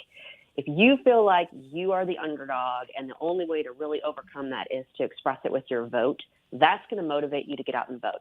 And the Democrats have captured the messaging on abortion by saying, anybody who votes to restrict abortion is trying to hold women down and hold women back and oppress them. And that strikes at the heart of people, and that makes people fearful, and it makes them concerned, and they think, okay, here's how I speak out against that. Well, that's a good messaging on their part, but it's terrible messaging on the part of the Republicans. And I don't know why, after all these years, we fought so hard to get Roe v. Wade overturned, but we're like the proverbial dog that caught the car. Mm-hmm. It's like, well, now what? And we've got to do better at that. It's just ridiculous that we don't have a better messaging strategy on it, because ultimately, when you pull that issue apart and get to the heart of it, it's a winning issue, but you have to be able to express it persuasively. I've been kind of railing against Republican electoral failures for a while now. Just the fact that we don't really have a ground game. We don't learn the lessons that we should. When people win, we don't basically try to replicate that everywhere around the country, and we just kind of stumble through our elections, hoping that people will be smart enough to understand that we have the right answer. But that makes me look ahead to 2024. We got the debates coming up. We're going to be having our event tonight. What are you expecting from the candidates in terms of what they'll be talking about in terms of electability and their ability to actually get the ground moving? I mean, we've got plenty of policy discussions to be had, but there's also that kind of overarching idea of, can Republicans win? Yeah, I mean, I think that's going to be the elephant in the room, no pun intended. I mean, but it's on two fronts, because for the candidates who are on stage tonight, they're going to have to be able to persuade people why they are a better choice than Donald Trump, who's far and away the front runner in the polls, and then why they are more likely to be able to beat Joe Biden or whoever the Democrats swoop in to sub in for him, Gavin Newsom. But I'm thinking the so I think they're going to have to speak to that, and not just in platitudes. They're going to have to say, look, here's our strategy. Here's how we win. Here's how we get out and do that. And I don't know. I mean, the people that are going to be watching tonight primarily are going to be persuadable people. They're going to be people who are already inclined to vote Republican. But in terms of choosing amongst the candidates, the person with the strongest message of, here's how I'm going to win the primary, and here's how I'm going to win the general, and this is why it's important, is going to come out on top. Hey, good morning, Susie. Stal Ponticus here. Quick question for you, because you mentioned Gavin Newsom there as you kind of moved through that comment. Do you have any thoughts about David Axelrod making his thoughts known over the weekend regarding what the Democratic Party should do? I do. I mean, it's significant. It shouldn't be dismissed, but he's one in a long line of kind of prominent Democrats and pundits who have slowly been coming out and hinting that Joe needs to shuffle off into the sunset. And so far, Joe hasn't taken the hint. So, I mean, I think Axelrod can fairly be seen as a mouthpiece for Obama. But unless and until Obama comes out and publicly says, Joe, you got to go. Mm-hmm. I mean, I'm sure the pressure is mounting behind the scenes, and I don't know who is in Joe's camp that's pushing back so hard other than Dr. Jill. But, I mean, the message is loud and clear. You've got critics coming out from your supporters. And on top of that, now his army of TikTok influencers is turning on him because of his stance on Israel. Mm-hmm. So, I mean, he's getting it from all sides, and he's either going to take the hint and finally say, all right, I've had enough, or he's going to stay till the bitter end, and we're just going to watch this circus. Well, also keep in mind that when Axelrod said that, Matlock was on, and so Joe was busy. He was just craving that tapioca, and he was listening to the record player. And then it was nap time, so he may not have gotten that message yet. Yeah. All right, Susie doing a lot of great coverage. You want to see her coverage of the Rashida Tlaib censure? Check it out at redstate.com. This obviously isn't going to affect Rashida Tlaib being in Congress. Whether it affects the hard left and gives them a little bit of a sting to not put their crazy on display quite as much remains to be seen. A lot of people, I don't think censures have the same effect that they used to have, Susie, but it is interesting that enough Democrats said, we've had enough. We have to make a statement here. And it was a pretty bold statement. It was, and keep in mind, there was 22 Democrats that voted to censure her. And so I think that was a clear message from them that they are not pleased with her rhetoric, and she needs to be mindful of that. And it's not shutting her up. It's telling her, look, what you said is unacceptable, and we're not going to stand for it. Yeah. All right. And at 8:35, I'm going to play that Cori Bush unhinged rant again, just because I can. And it's been over an hour since I've heard it, and I want to do it again. So we'll do that as well. But the bigger question is, something. Oh yeah. If the bigger question is if you're a liberal, if you're a Democrat in the St. Louis area, it's your move. You're the one who determines this. All right, Susie Moore, redstate.com. Thanks so much for being on again. Hopefully we'll see you very, very soon. Love to see you at the event tonight, but I'm not going to put you on the spot on the air as to whether you're coming out or not. So. Unfortunately, I'll be manning the desk here at Red State, so no such luck. All right, Susie Moore, we'll All talk right, to you guys, again have a soon. great evening. Thanks so much. Thanks. All right, Bye-bye. 314-912-1019. That's in their move, but also the Republicans. Hey, the ball's in your court when it comes to the nomination process as well. And that debate tonight, I don't think it's make or break for most of the candidates. I think a bad debate could pretty much derail one of the candidates tonight, but we'll see how it goes. We'll talk about that and, of course, the news roundup coming your way here in just a moment on 1019-94.1 News Talk STL. This is News Talk STL at 1019, 94.1, 99.1 HD3 and newstalkstl.com.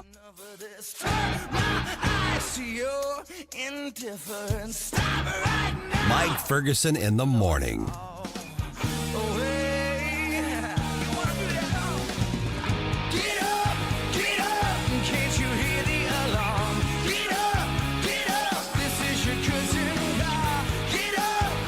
I have only one recommendation for you when it comes to jewelry. Vincent's Jewelers. I've had Vincent's custom make some pieces for me. I've bought quality pieces right out of the case. Vincent's locally owned, supporting local charities for more than 42 years. Check their website daily for new items or specials. VincentsJewelers.com. VincentsJewelers.com. Give Vincent's a chance for your business. Vincent's, my only jeweler. Southern Armory, your hometown gun store. Come and be more than just a customer. Southern Armory, we carry the best guns, holsters, knives, magazines, ammunition, and even food storage. Special orders are welcome. Southern Armory, 1 mile east of 270 and 44, 9901 Watson Road, and SouthernArmory.com. That's SouthernArmory.com. Whether you're purchasing your first firearm or adding to your collection at Southern Armory, you're more than a customer, you're part of the family. Follow Southern Armory on Facebook or at SouthernArmory.com. Hi, it's Todd Showalter along with my buddy Joey V from The Right Mind Show. Say hi, Joey. No thanks. Join us every Saturday at 5 p.m. when we put the fun in our dysfunctional world. Want to add anything, Joey? Oh, no thank you. Plus, exciting guest and King Kirby from DiscountCoffee.com. Take us out, Joey. Get Jim Modulin to do it. Putting the fun in our dysfunctional world. It's The Right Mind Show with Todd Showalter. Saturday afternoons at 5 on News Talk STL. Some days, my active psoriatic arthritis makes it hard to get in the game. Now, the ball is in my court, thanks to treating my skin and joints with Skyrizi, Risankizumab Riza, a prescription-only 150 milligram injection for adults. Nothing is everything. Skyrizi helps with less joint pain, stiffness, swelling, and fatigue. For those who also have plaque psoriasis, 90% clearer skin is possible with just 4 doses a year after 2 starter doses. Don't use if allergic to Skyrizi. Serious allergic reactions and an increased risk of infections or a lower ability to fight them may occur. Before treatment, your doctor should check for infection and tuberculosis. Tell your doctor if you have an infection or symptoms such as fever, sweats, chills, muscle aches, or cough, or if you plan to or recently received a vaccine. With Skyrizi, there's nothing like clearer skin and better movement, and that means everything. Ask your doctor today about Skyrizi and visit Skyrizi.com or call 1-866-SKYRIZI to learn more. St. Louis's place to talk. Freedom of speech is one of the anchors of our society. News Talk STL.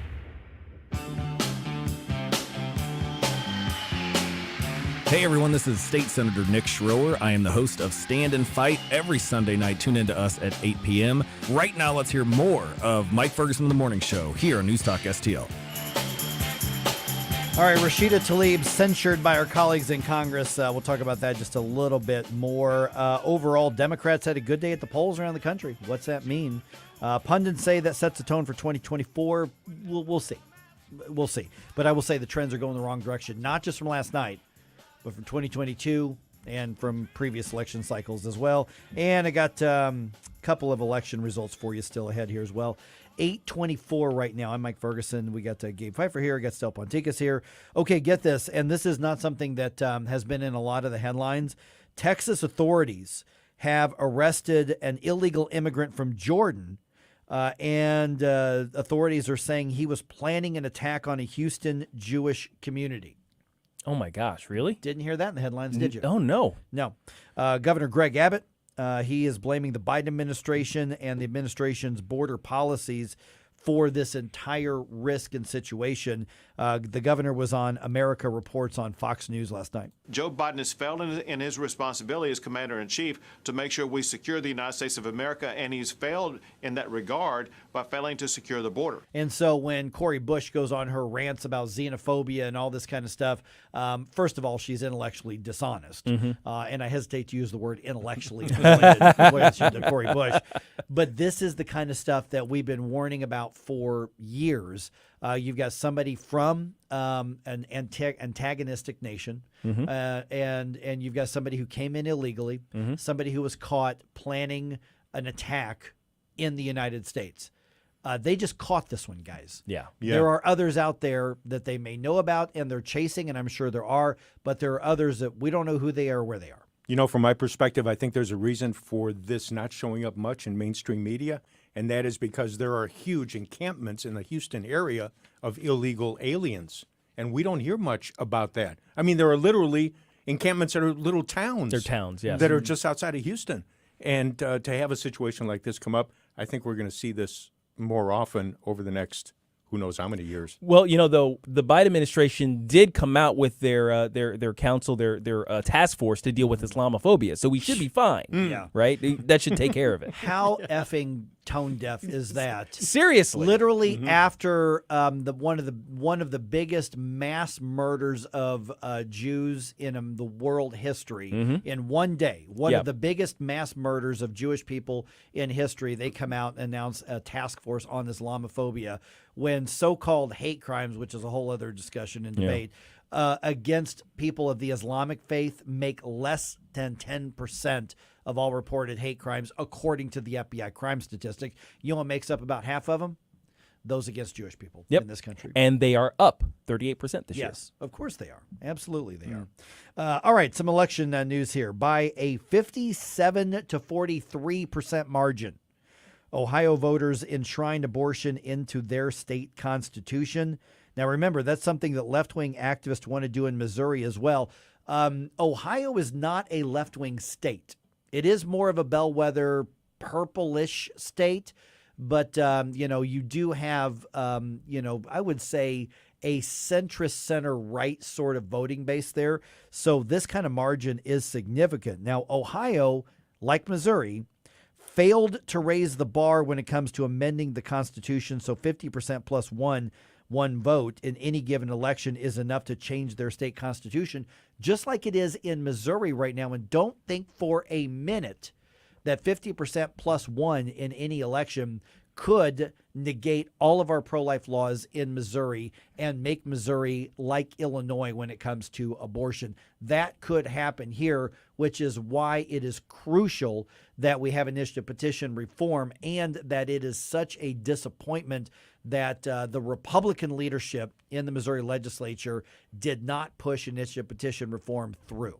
And for anybody who says, no, but 50% plus one, that's democracy, that's how our system works, it's 50% plus one of those who show up at the polls. Right. That's going to be barely scratching the surface of 50% of the population to begin with. I mean, we're talking that turnouts are in these off-year elections are somewhere in the 30s, isn't that right? 30% or something like that of eligible voters. So 50% plus one of 30% of the eligible voter population.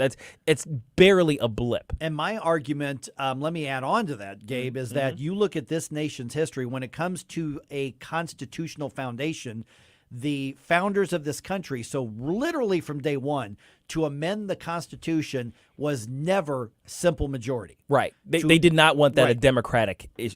No, they wanted that to be fully representative. When you look at the percentage of states that have to approve a constitutional amendment, it is far more than that. So when you deal with a state constitution, it should be more than 50% plus one. Matter of fact, even if it were just raised up to 60%, that's probably still too low of a bar. Yeah, but at least that means there has to be a clear mandate. And Right. this vote was 57 to 43. Oh, my gosh. And you also look at, listen, if you want to have a referendum and put a law on the books, okay, you can still do that 50%. Sure. Because it takes 50% plus one in the legislature to do that. And then you've also got the ability to amend it and change it or negate it from another check and balance. But this is the failure. This is what we're at risk of in Missouri because lawmakers chose not to make the tough decision on initiative petition reform. Other election results in Kentucky, Democratic Governor Andy Beshear won re-election. Mississippi's governor, Republican Tate Reeves, was reelected. And in Virginia, man, Democrats, they flipped the state House of Delegates. They already controlled the state Senate. So Glenn Youngkin just lost a lot of leverage. Yeah. Gosh. Yep. Come on, man. Do better. Do better, GOP. You know who else needs to do better? Who? Blues. They lost 5-2. Oh, last night. come on. Yeah, 5-2 last night. Thursday, they got another home game against Arizona. From the Michaels Flooring Outlet Weather Center. Our temporary breakup with the fall season continues for just one more day. I'm forecasting a record-breaking 83 this afternoon, mostly sunny and breezy. But then a cold front moves through this evening, brings temperatures back down to earth. Just a low chance of a few showers along that front this evening. Really not much rain here. We're going to wake up around 50 degrees on Thursday and then bounce back to a much more typical high of only 60 tomorrow afternoon. That's your First Alert forecast. I'm meteorologist Matt Chambers. Fox News commentary. 1 year out from the most important election of our time, and things aren't looking good for Joe. I'm Tommy Lahren. More next. Why are central banks quietly amassing mountains of gold? Because they know the dollar won't last. Hi, Stephen K. Bannon, and I urge you to diversify your IRA or 401k into physical gold with Birch Gold Group. To see how it works, get a free info kit on gold by texting the word SHELTER to 989898. Birch Gold is the only gold company I trust. So text SHELTER to the number 989898 to get your free info kit now. We have just under a year until the 2024 presidential election, and anything can happen. More on that later. As it stands today, Joe Biden is in trouble. His approval rating is in the mid-30s, and that's lower than any other incumbent president 1 year out since Jimmy Carter. Even a swing state poll by the New York Times shows Donald Trump beating Biden in the matchup in toss-up states like Nevada and Arizona. The Democratic Party doesn't need a magic 8-ball to see the writing on the wall. The Democrats do not want to run Joe against Trump or anyone, and that's precisely why, as I've been predicting, they won't. The clock is about to run out, so they need to act quickly, but I maintain Joe will not be their nominee, and instead it will be California Governor Gavin Newsom. The trips to Israel and China, the constitutional amendment proposals, the media tours, yeah, he's priming the pump, and the Republicans better be sitting on ready. I'm Tommy Lahren, and you can watch my show Tommy Lahren is Fearless at Outkick.com. News Talk STL. Always streaming on your smart speaker, our mobile app, or newstalkstl.com. Hi, I'm Kimberly with John David Jewelers. We specialize in creating full custom jewelry from carving waxes, setting stones, and full jewelry repair. If you can dream it, we can make it. All work is done on site, and everything we produce is American made. Plus, we are collecting toys for Tots. Find us in Frontenac or online at johndjewelers.com. We are in the business of making you look good. Do you live in West St. Louis County? Then you can get West News Magazine delivered free to your home just by asking for it. West News Magazine is the only print source for the political, school, business, and sports news happening in your hometown. Simply visit westnewsmagazine.com/subscribe or pick up a free copy at all area Deerbergs and Schnuck stores. West News Magazine. Anybody who wants it gets it. Anybody who gets it wants it. Subscribe for free today. Simply visit westnewsmagazine.com/subscribe.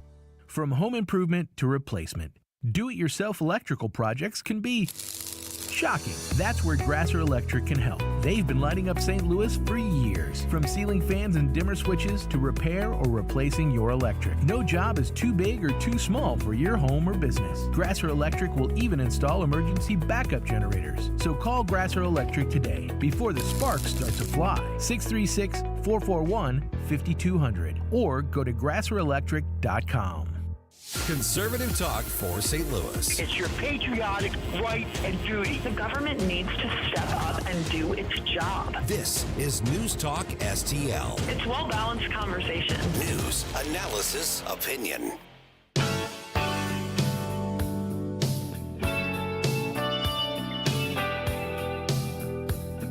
there, Tim Jones here. Make sure you join me and my buddy Chris Arps this afternoon from 4 until 6 p.m. right here on 101.9, 94.1 News Talk STL. Right now, let's get back to more of Mike Ferguson in the morning. I've been thinking about the time you walked out on me. Remember we used to play this when Kimberly Gardner got pushed out of office? Every single time I hear this now, I think of Kim Gardner. Every time. Do you think it's possible that this could be resurrected after the primary election if Cori Bush were to be booted out as well? Oh, that would be nice. That would be perfect. Yeah. Chef's kiss. From your lips to God's ears. Is it possible? Oh, I would love it. I think it's possible. I think it's possible. You know, we just talked to Susie Moore from redstate.com, and she pointed out Wesley Bell's a very credible opponent just based on his resume, based on his connections. He's a rising star in the Democratic Party in Missouri, which, by the way, doesn't take a lot in the state of Missouri. There aren't that many Democrats. But he's also he's well spoken. Mm-hmm. He handles media. Oh, Wesley handles well. media. Yeah, I mean, I don't know Wesley well, but I've interviewed him a number of times. I do know Wesley. Yeah, he's got a lot of pluses on his side. From a Democratic perspective, yes. Absolutely. Yeah. And also, he's got all the liberal bona fides too. Yes, he is a liberal. He is a leftist. And at the same time, he will be the one I think the Democratic establishment moves to. I'm talking about the party establishment. Yes. The fringe mobby far left thing is going to stay with Cori Bush. Sure. But remember when Wesley Bell beat Bob McCullough in that primary election 4 years ago, 6 years ago? It wasn't that long. Yeah, something like that. Remember, it was like the radical, nutty, far left people who were funding his campaign. Mm-hmm. So it's not like they don't like him. Right. He can fill those shoes. Right. Now, I think out of loyalty they'll stick with Cori because of she's one of us kind of thing. She's not just a politician who appeals to us. She's one of us. She marched with us kind of thing. Yeah. I think that will garner a lot more sympathy from the radical fringy types. But I think the establishment could easily crush the fringe out here. I think it is, but because the Democrats, I mean, I've mentioned it before. Listen, the ball's in your court. Republicans don't have a say in this. No. Republicans are likely going to run a credible candidate. They're going to run somebody who is, a good representative of a Republican. I mean, because I happen to know a couple of people who are thinking about getting in the race. That doesn't mean that they have much of a chance of winning the race. Let's be honest here. Right. Now, there's value in having a good, strong Republican campaign because of the effect it can have on others and the way to build, the network and the movement in the St. Louis City and county regional area. But when you look at what's happening in that Democratic race, local fringy types, you may say, I want the bombastic Cori Bush because she's standing up to the man and all this kind of crazy left-wing stuff that's happening right there. But understand this, St. Louis Democrats. Understand this, Missouri Democrats. And 314-912-1019, if you're one of them and you think I'm wrong about this, then challenge me on it. Let's talk about it. I'm not kidding. Is that nationally, Cori Bush helps Republicans. She does. In a huge, huge way. She is God's gift to Republican ads and Republican candidates all over the country. I think there are GOP offices in a number of places where she has a picture on the wall as employee of or fundraiser of the month. Yeah. Because her quotes are easy fodder for a fundraising email. Like, this is what the Democrats believe. And you quote Cori Bush saying something crazy. Yeah. And he's like, help us stop her. Right.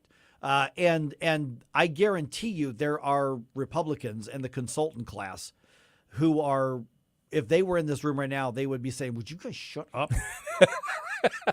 I am telling you, the Republican Party wants Cori Bush in that office. So Democrats, what's your move? Yeah, it's true, because here's the thing. It's kind of a foregone conclusion that that's going to be a liberal vote. That's a Democrat vote. That seat, it's not going anywhere. It was drawn that way. It was drawn that way on purpose.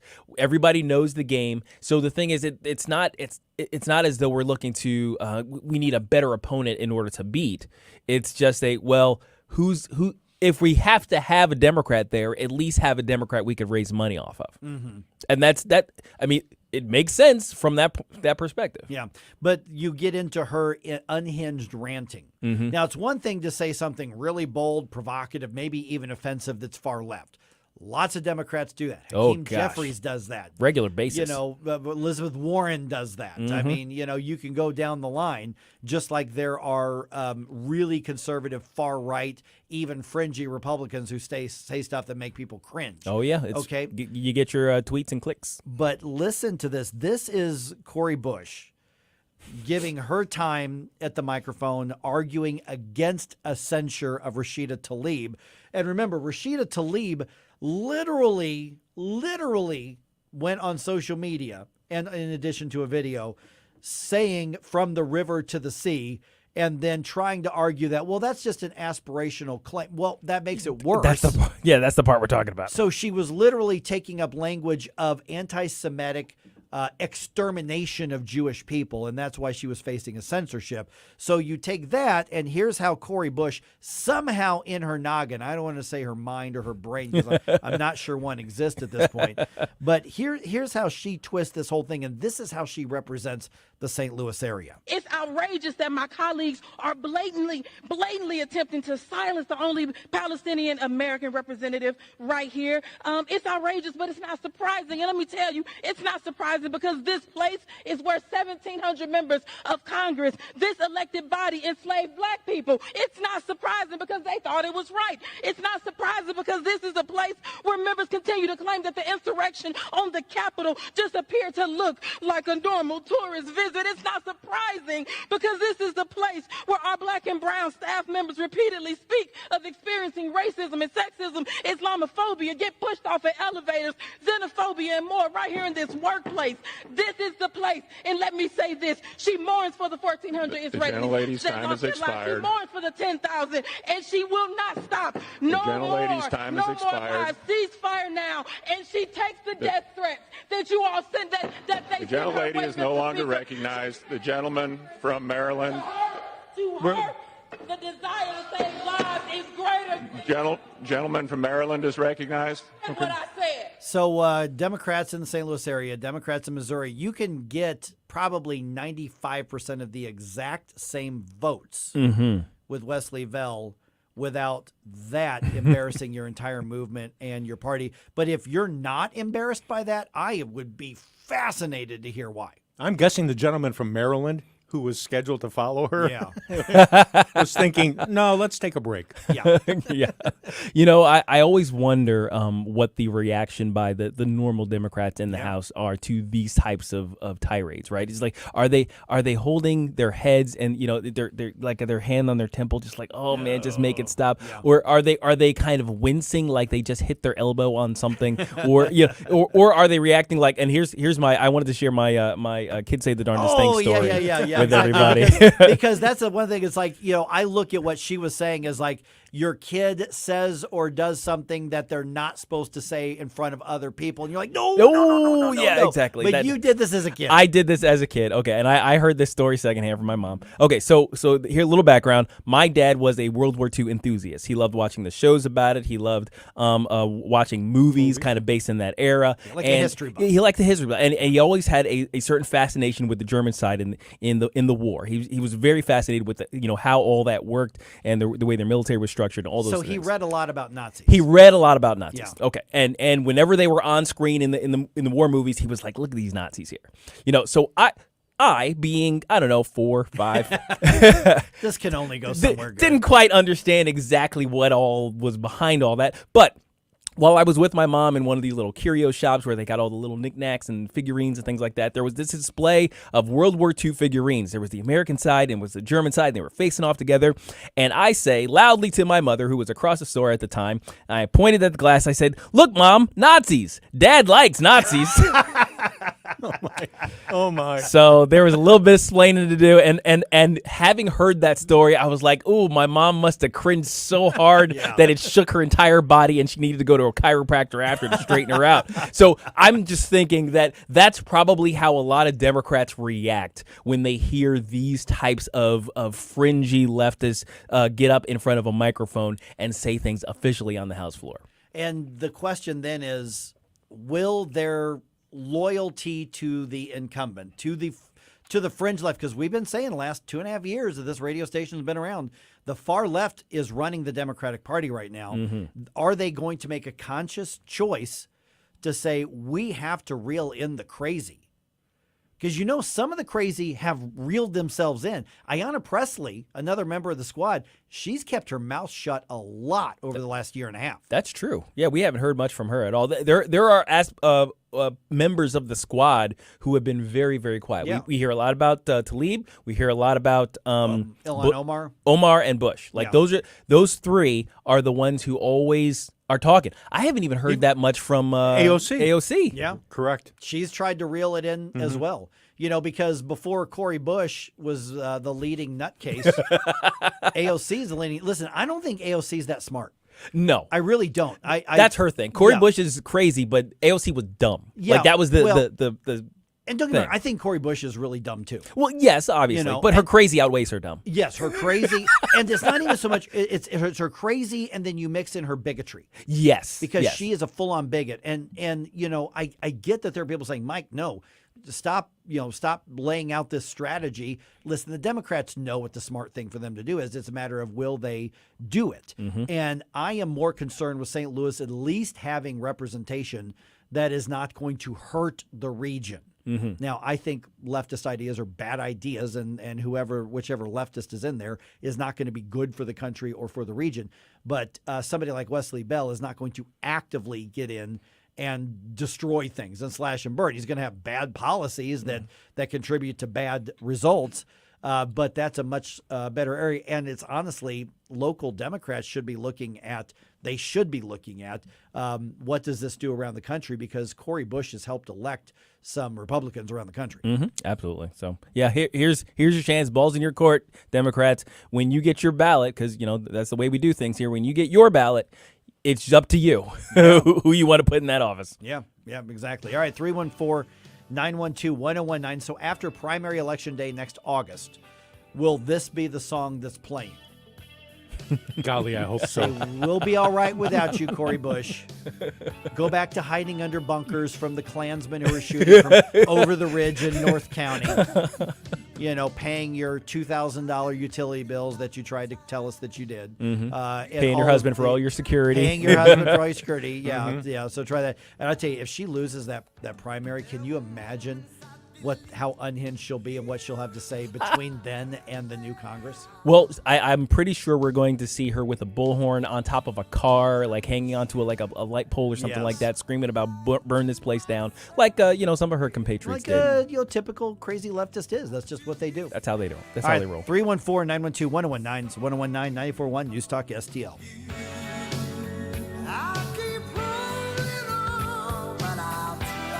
News, analysis, opinion. Mike Ferguson in the morning.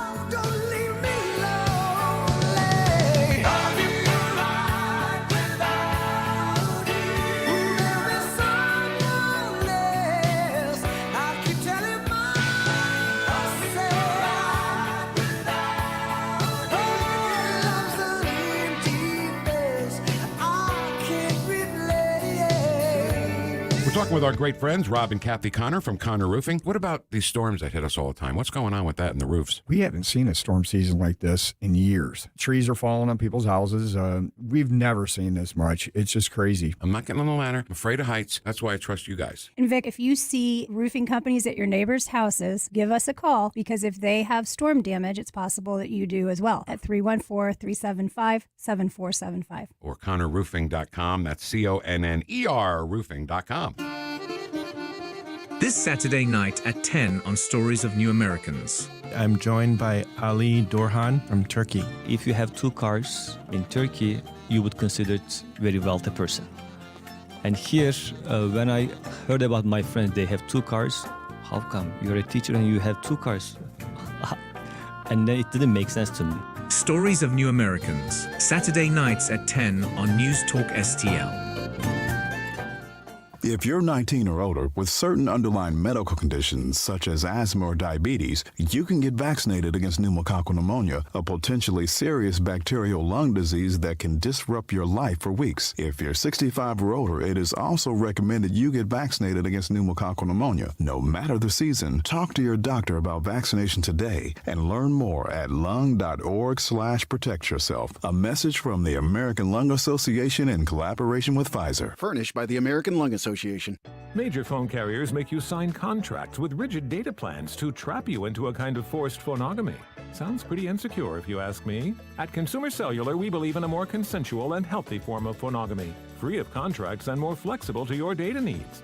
This way, you stick around not because we force you to with contracts and fees, but because you love our phone plans. Like ardently love our phone plans. Phonogamously. Consumer Cellular. When freedom calls, we're here to answer. Call us at 1-888-FREEDOM. Columbo and Katie. Wednesday is debate day, and we'll preview the debate and its local impact with Rodney Boyd at 2:20. Then we'll have some fun with Mark Close and Skip Weber when we open Close's cabinet at 3:05. Weekdays at 2 on News Talk STL.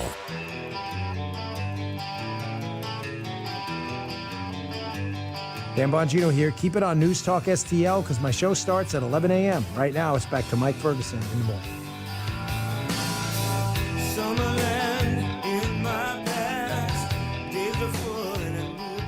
Last few minutes we've got. Let's kind of go around the room here. The debate tonight. Yeah. You know, I mean, one part seriously, other part fun.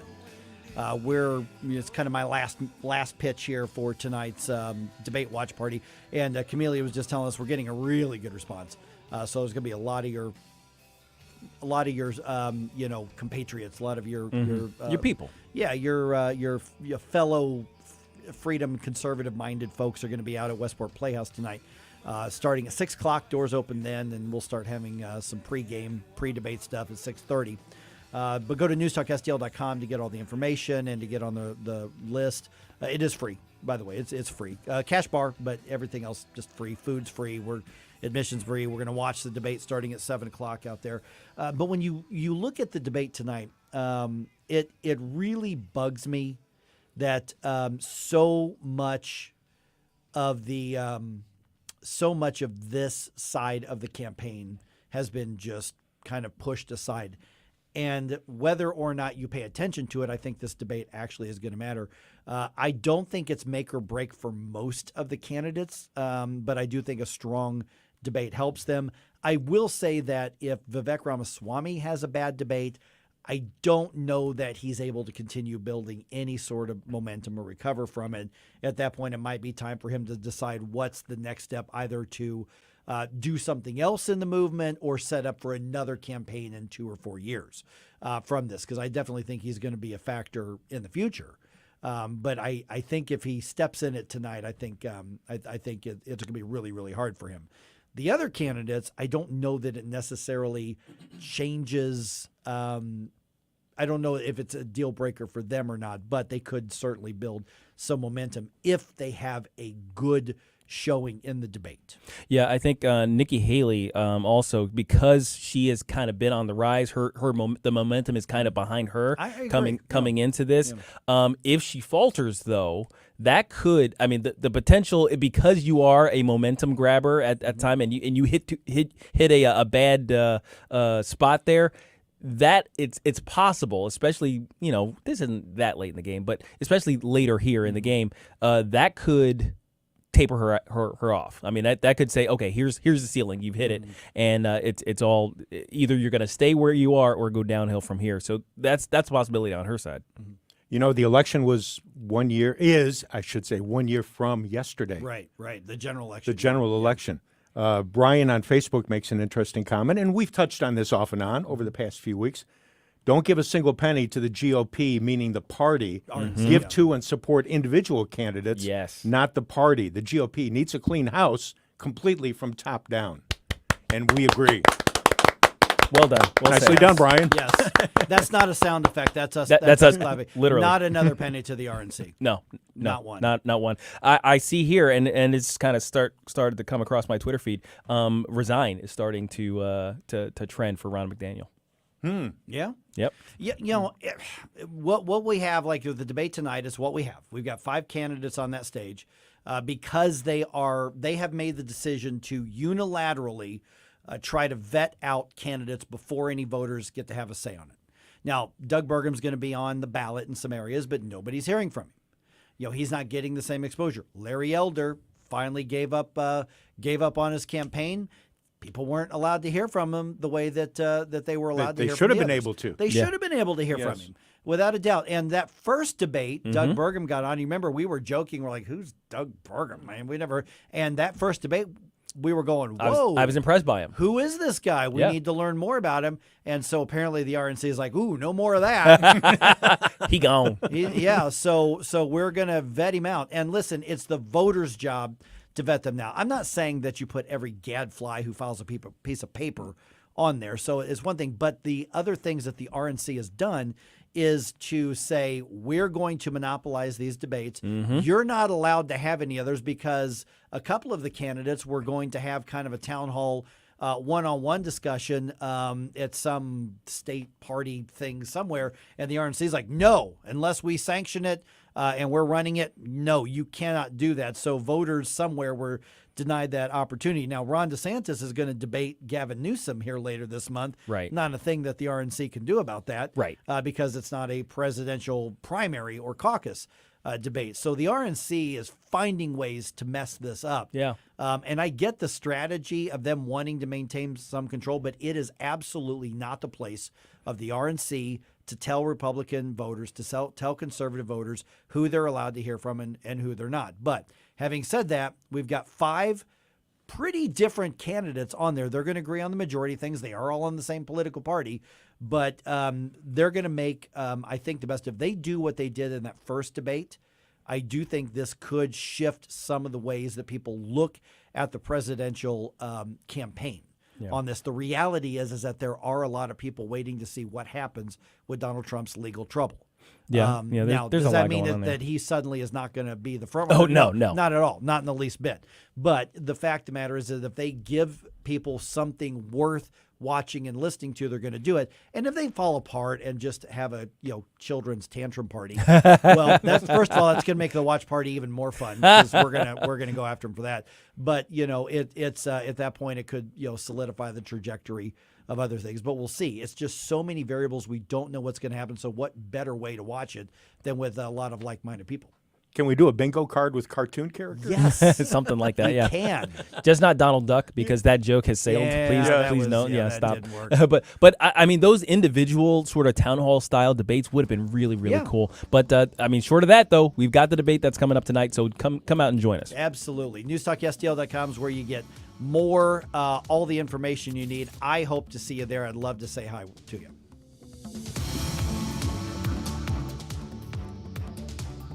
Well, perhaps my work here is done. Perhaps it's time that I moved on to a place where there's stuff to do. Stuff to do. Do you have a car sitting around you want to get rid of? Then here's a great idea. Donate your car and help veterans and their families. Yes, one fast call to the Veteran Car Donation Program and we'll come and remove your car for free. Fast, free towing, and 24-hour response. You can donate most cars, trucks, or SUVs in most conditions. The proceeds raised goes to help active military, veterans, and their families, and you get a tax deduction. All you need to do is make this free call. Get rid of that old car and help the vets. We make it easy. Make this free call now and book your fast and easy pickup. Call the Veteran Donation Program now. Donate your car and help veterans and their families. Operators are standing by. Here's the number. 800-925-1596. 800-925-1596. 800-925-1596. That's 800-925-1596. Investment advisory services offered through OWLFI LLC, a SEC registered investment advisor. Insurance and education services offered through Serenity Wealth Management. Are you or someone you know providing or managing care for a loved one today? Did you know there could be more cost-efficient solutions for funding long-term care, even those currently living in a skilled care facility today? Financial strategist and long-term care specialist Chris Cooper of Serenity Wealth Management can show you tax-efficient strategies available to help your family manage care concerns, whether planning for the future or managing care for a loved one today. Solutions exist to provide the financial peace of mind you deserve. Hi, I'm Chris Cooper, and I'd love to send you a free copy of my new book, A CPA's Guide to Tax-Free Strategies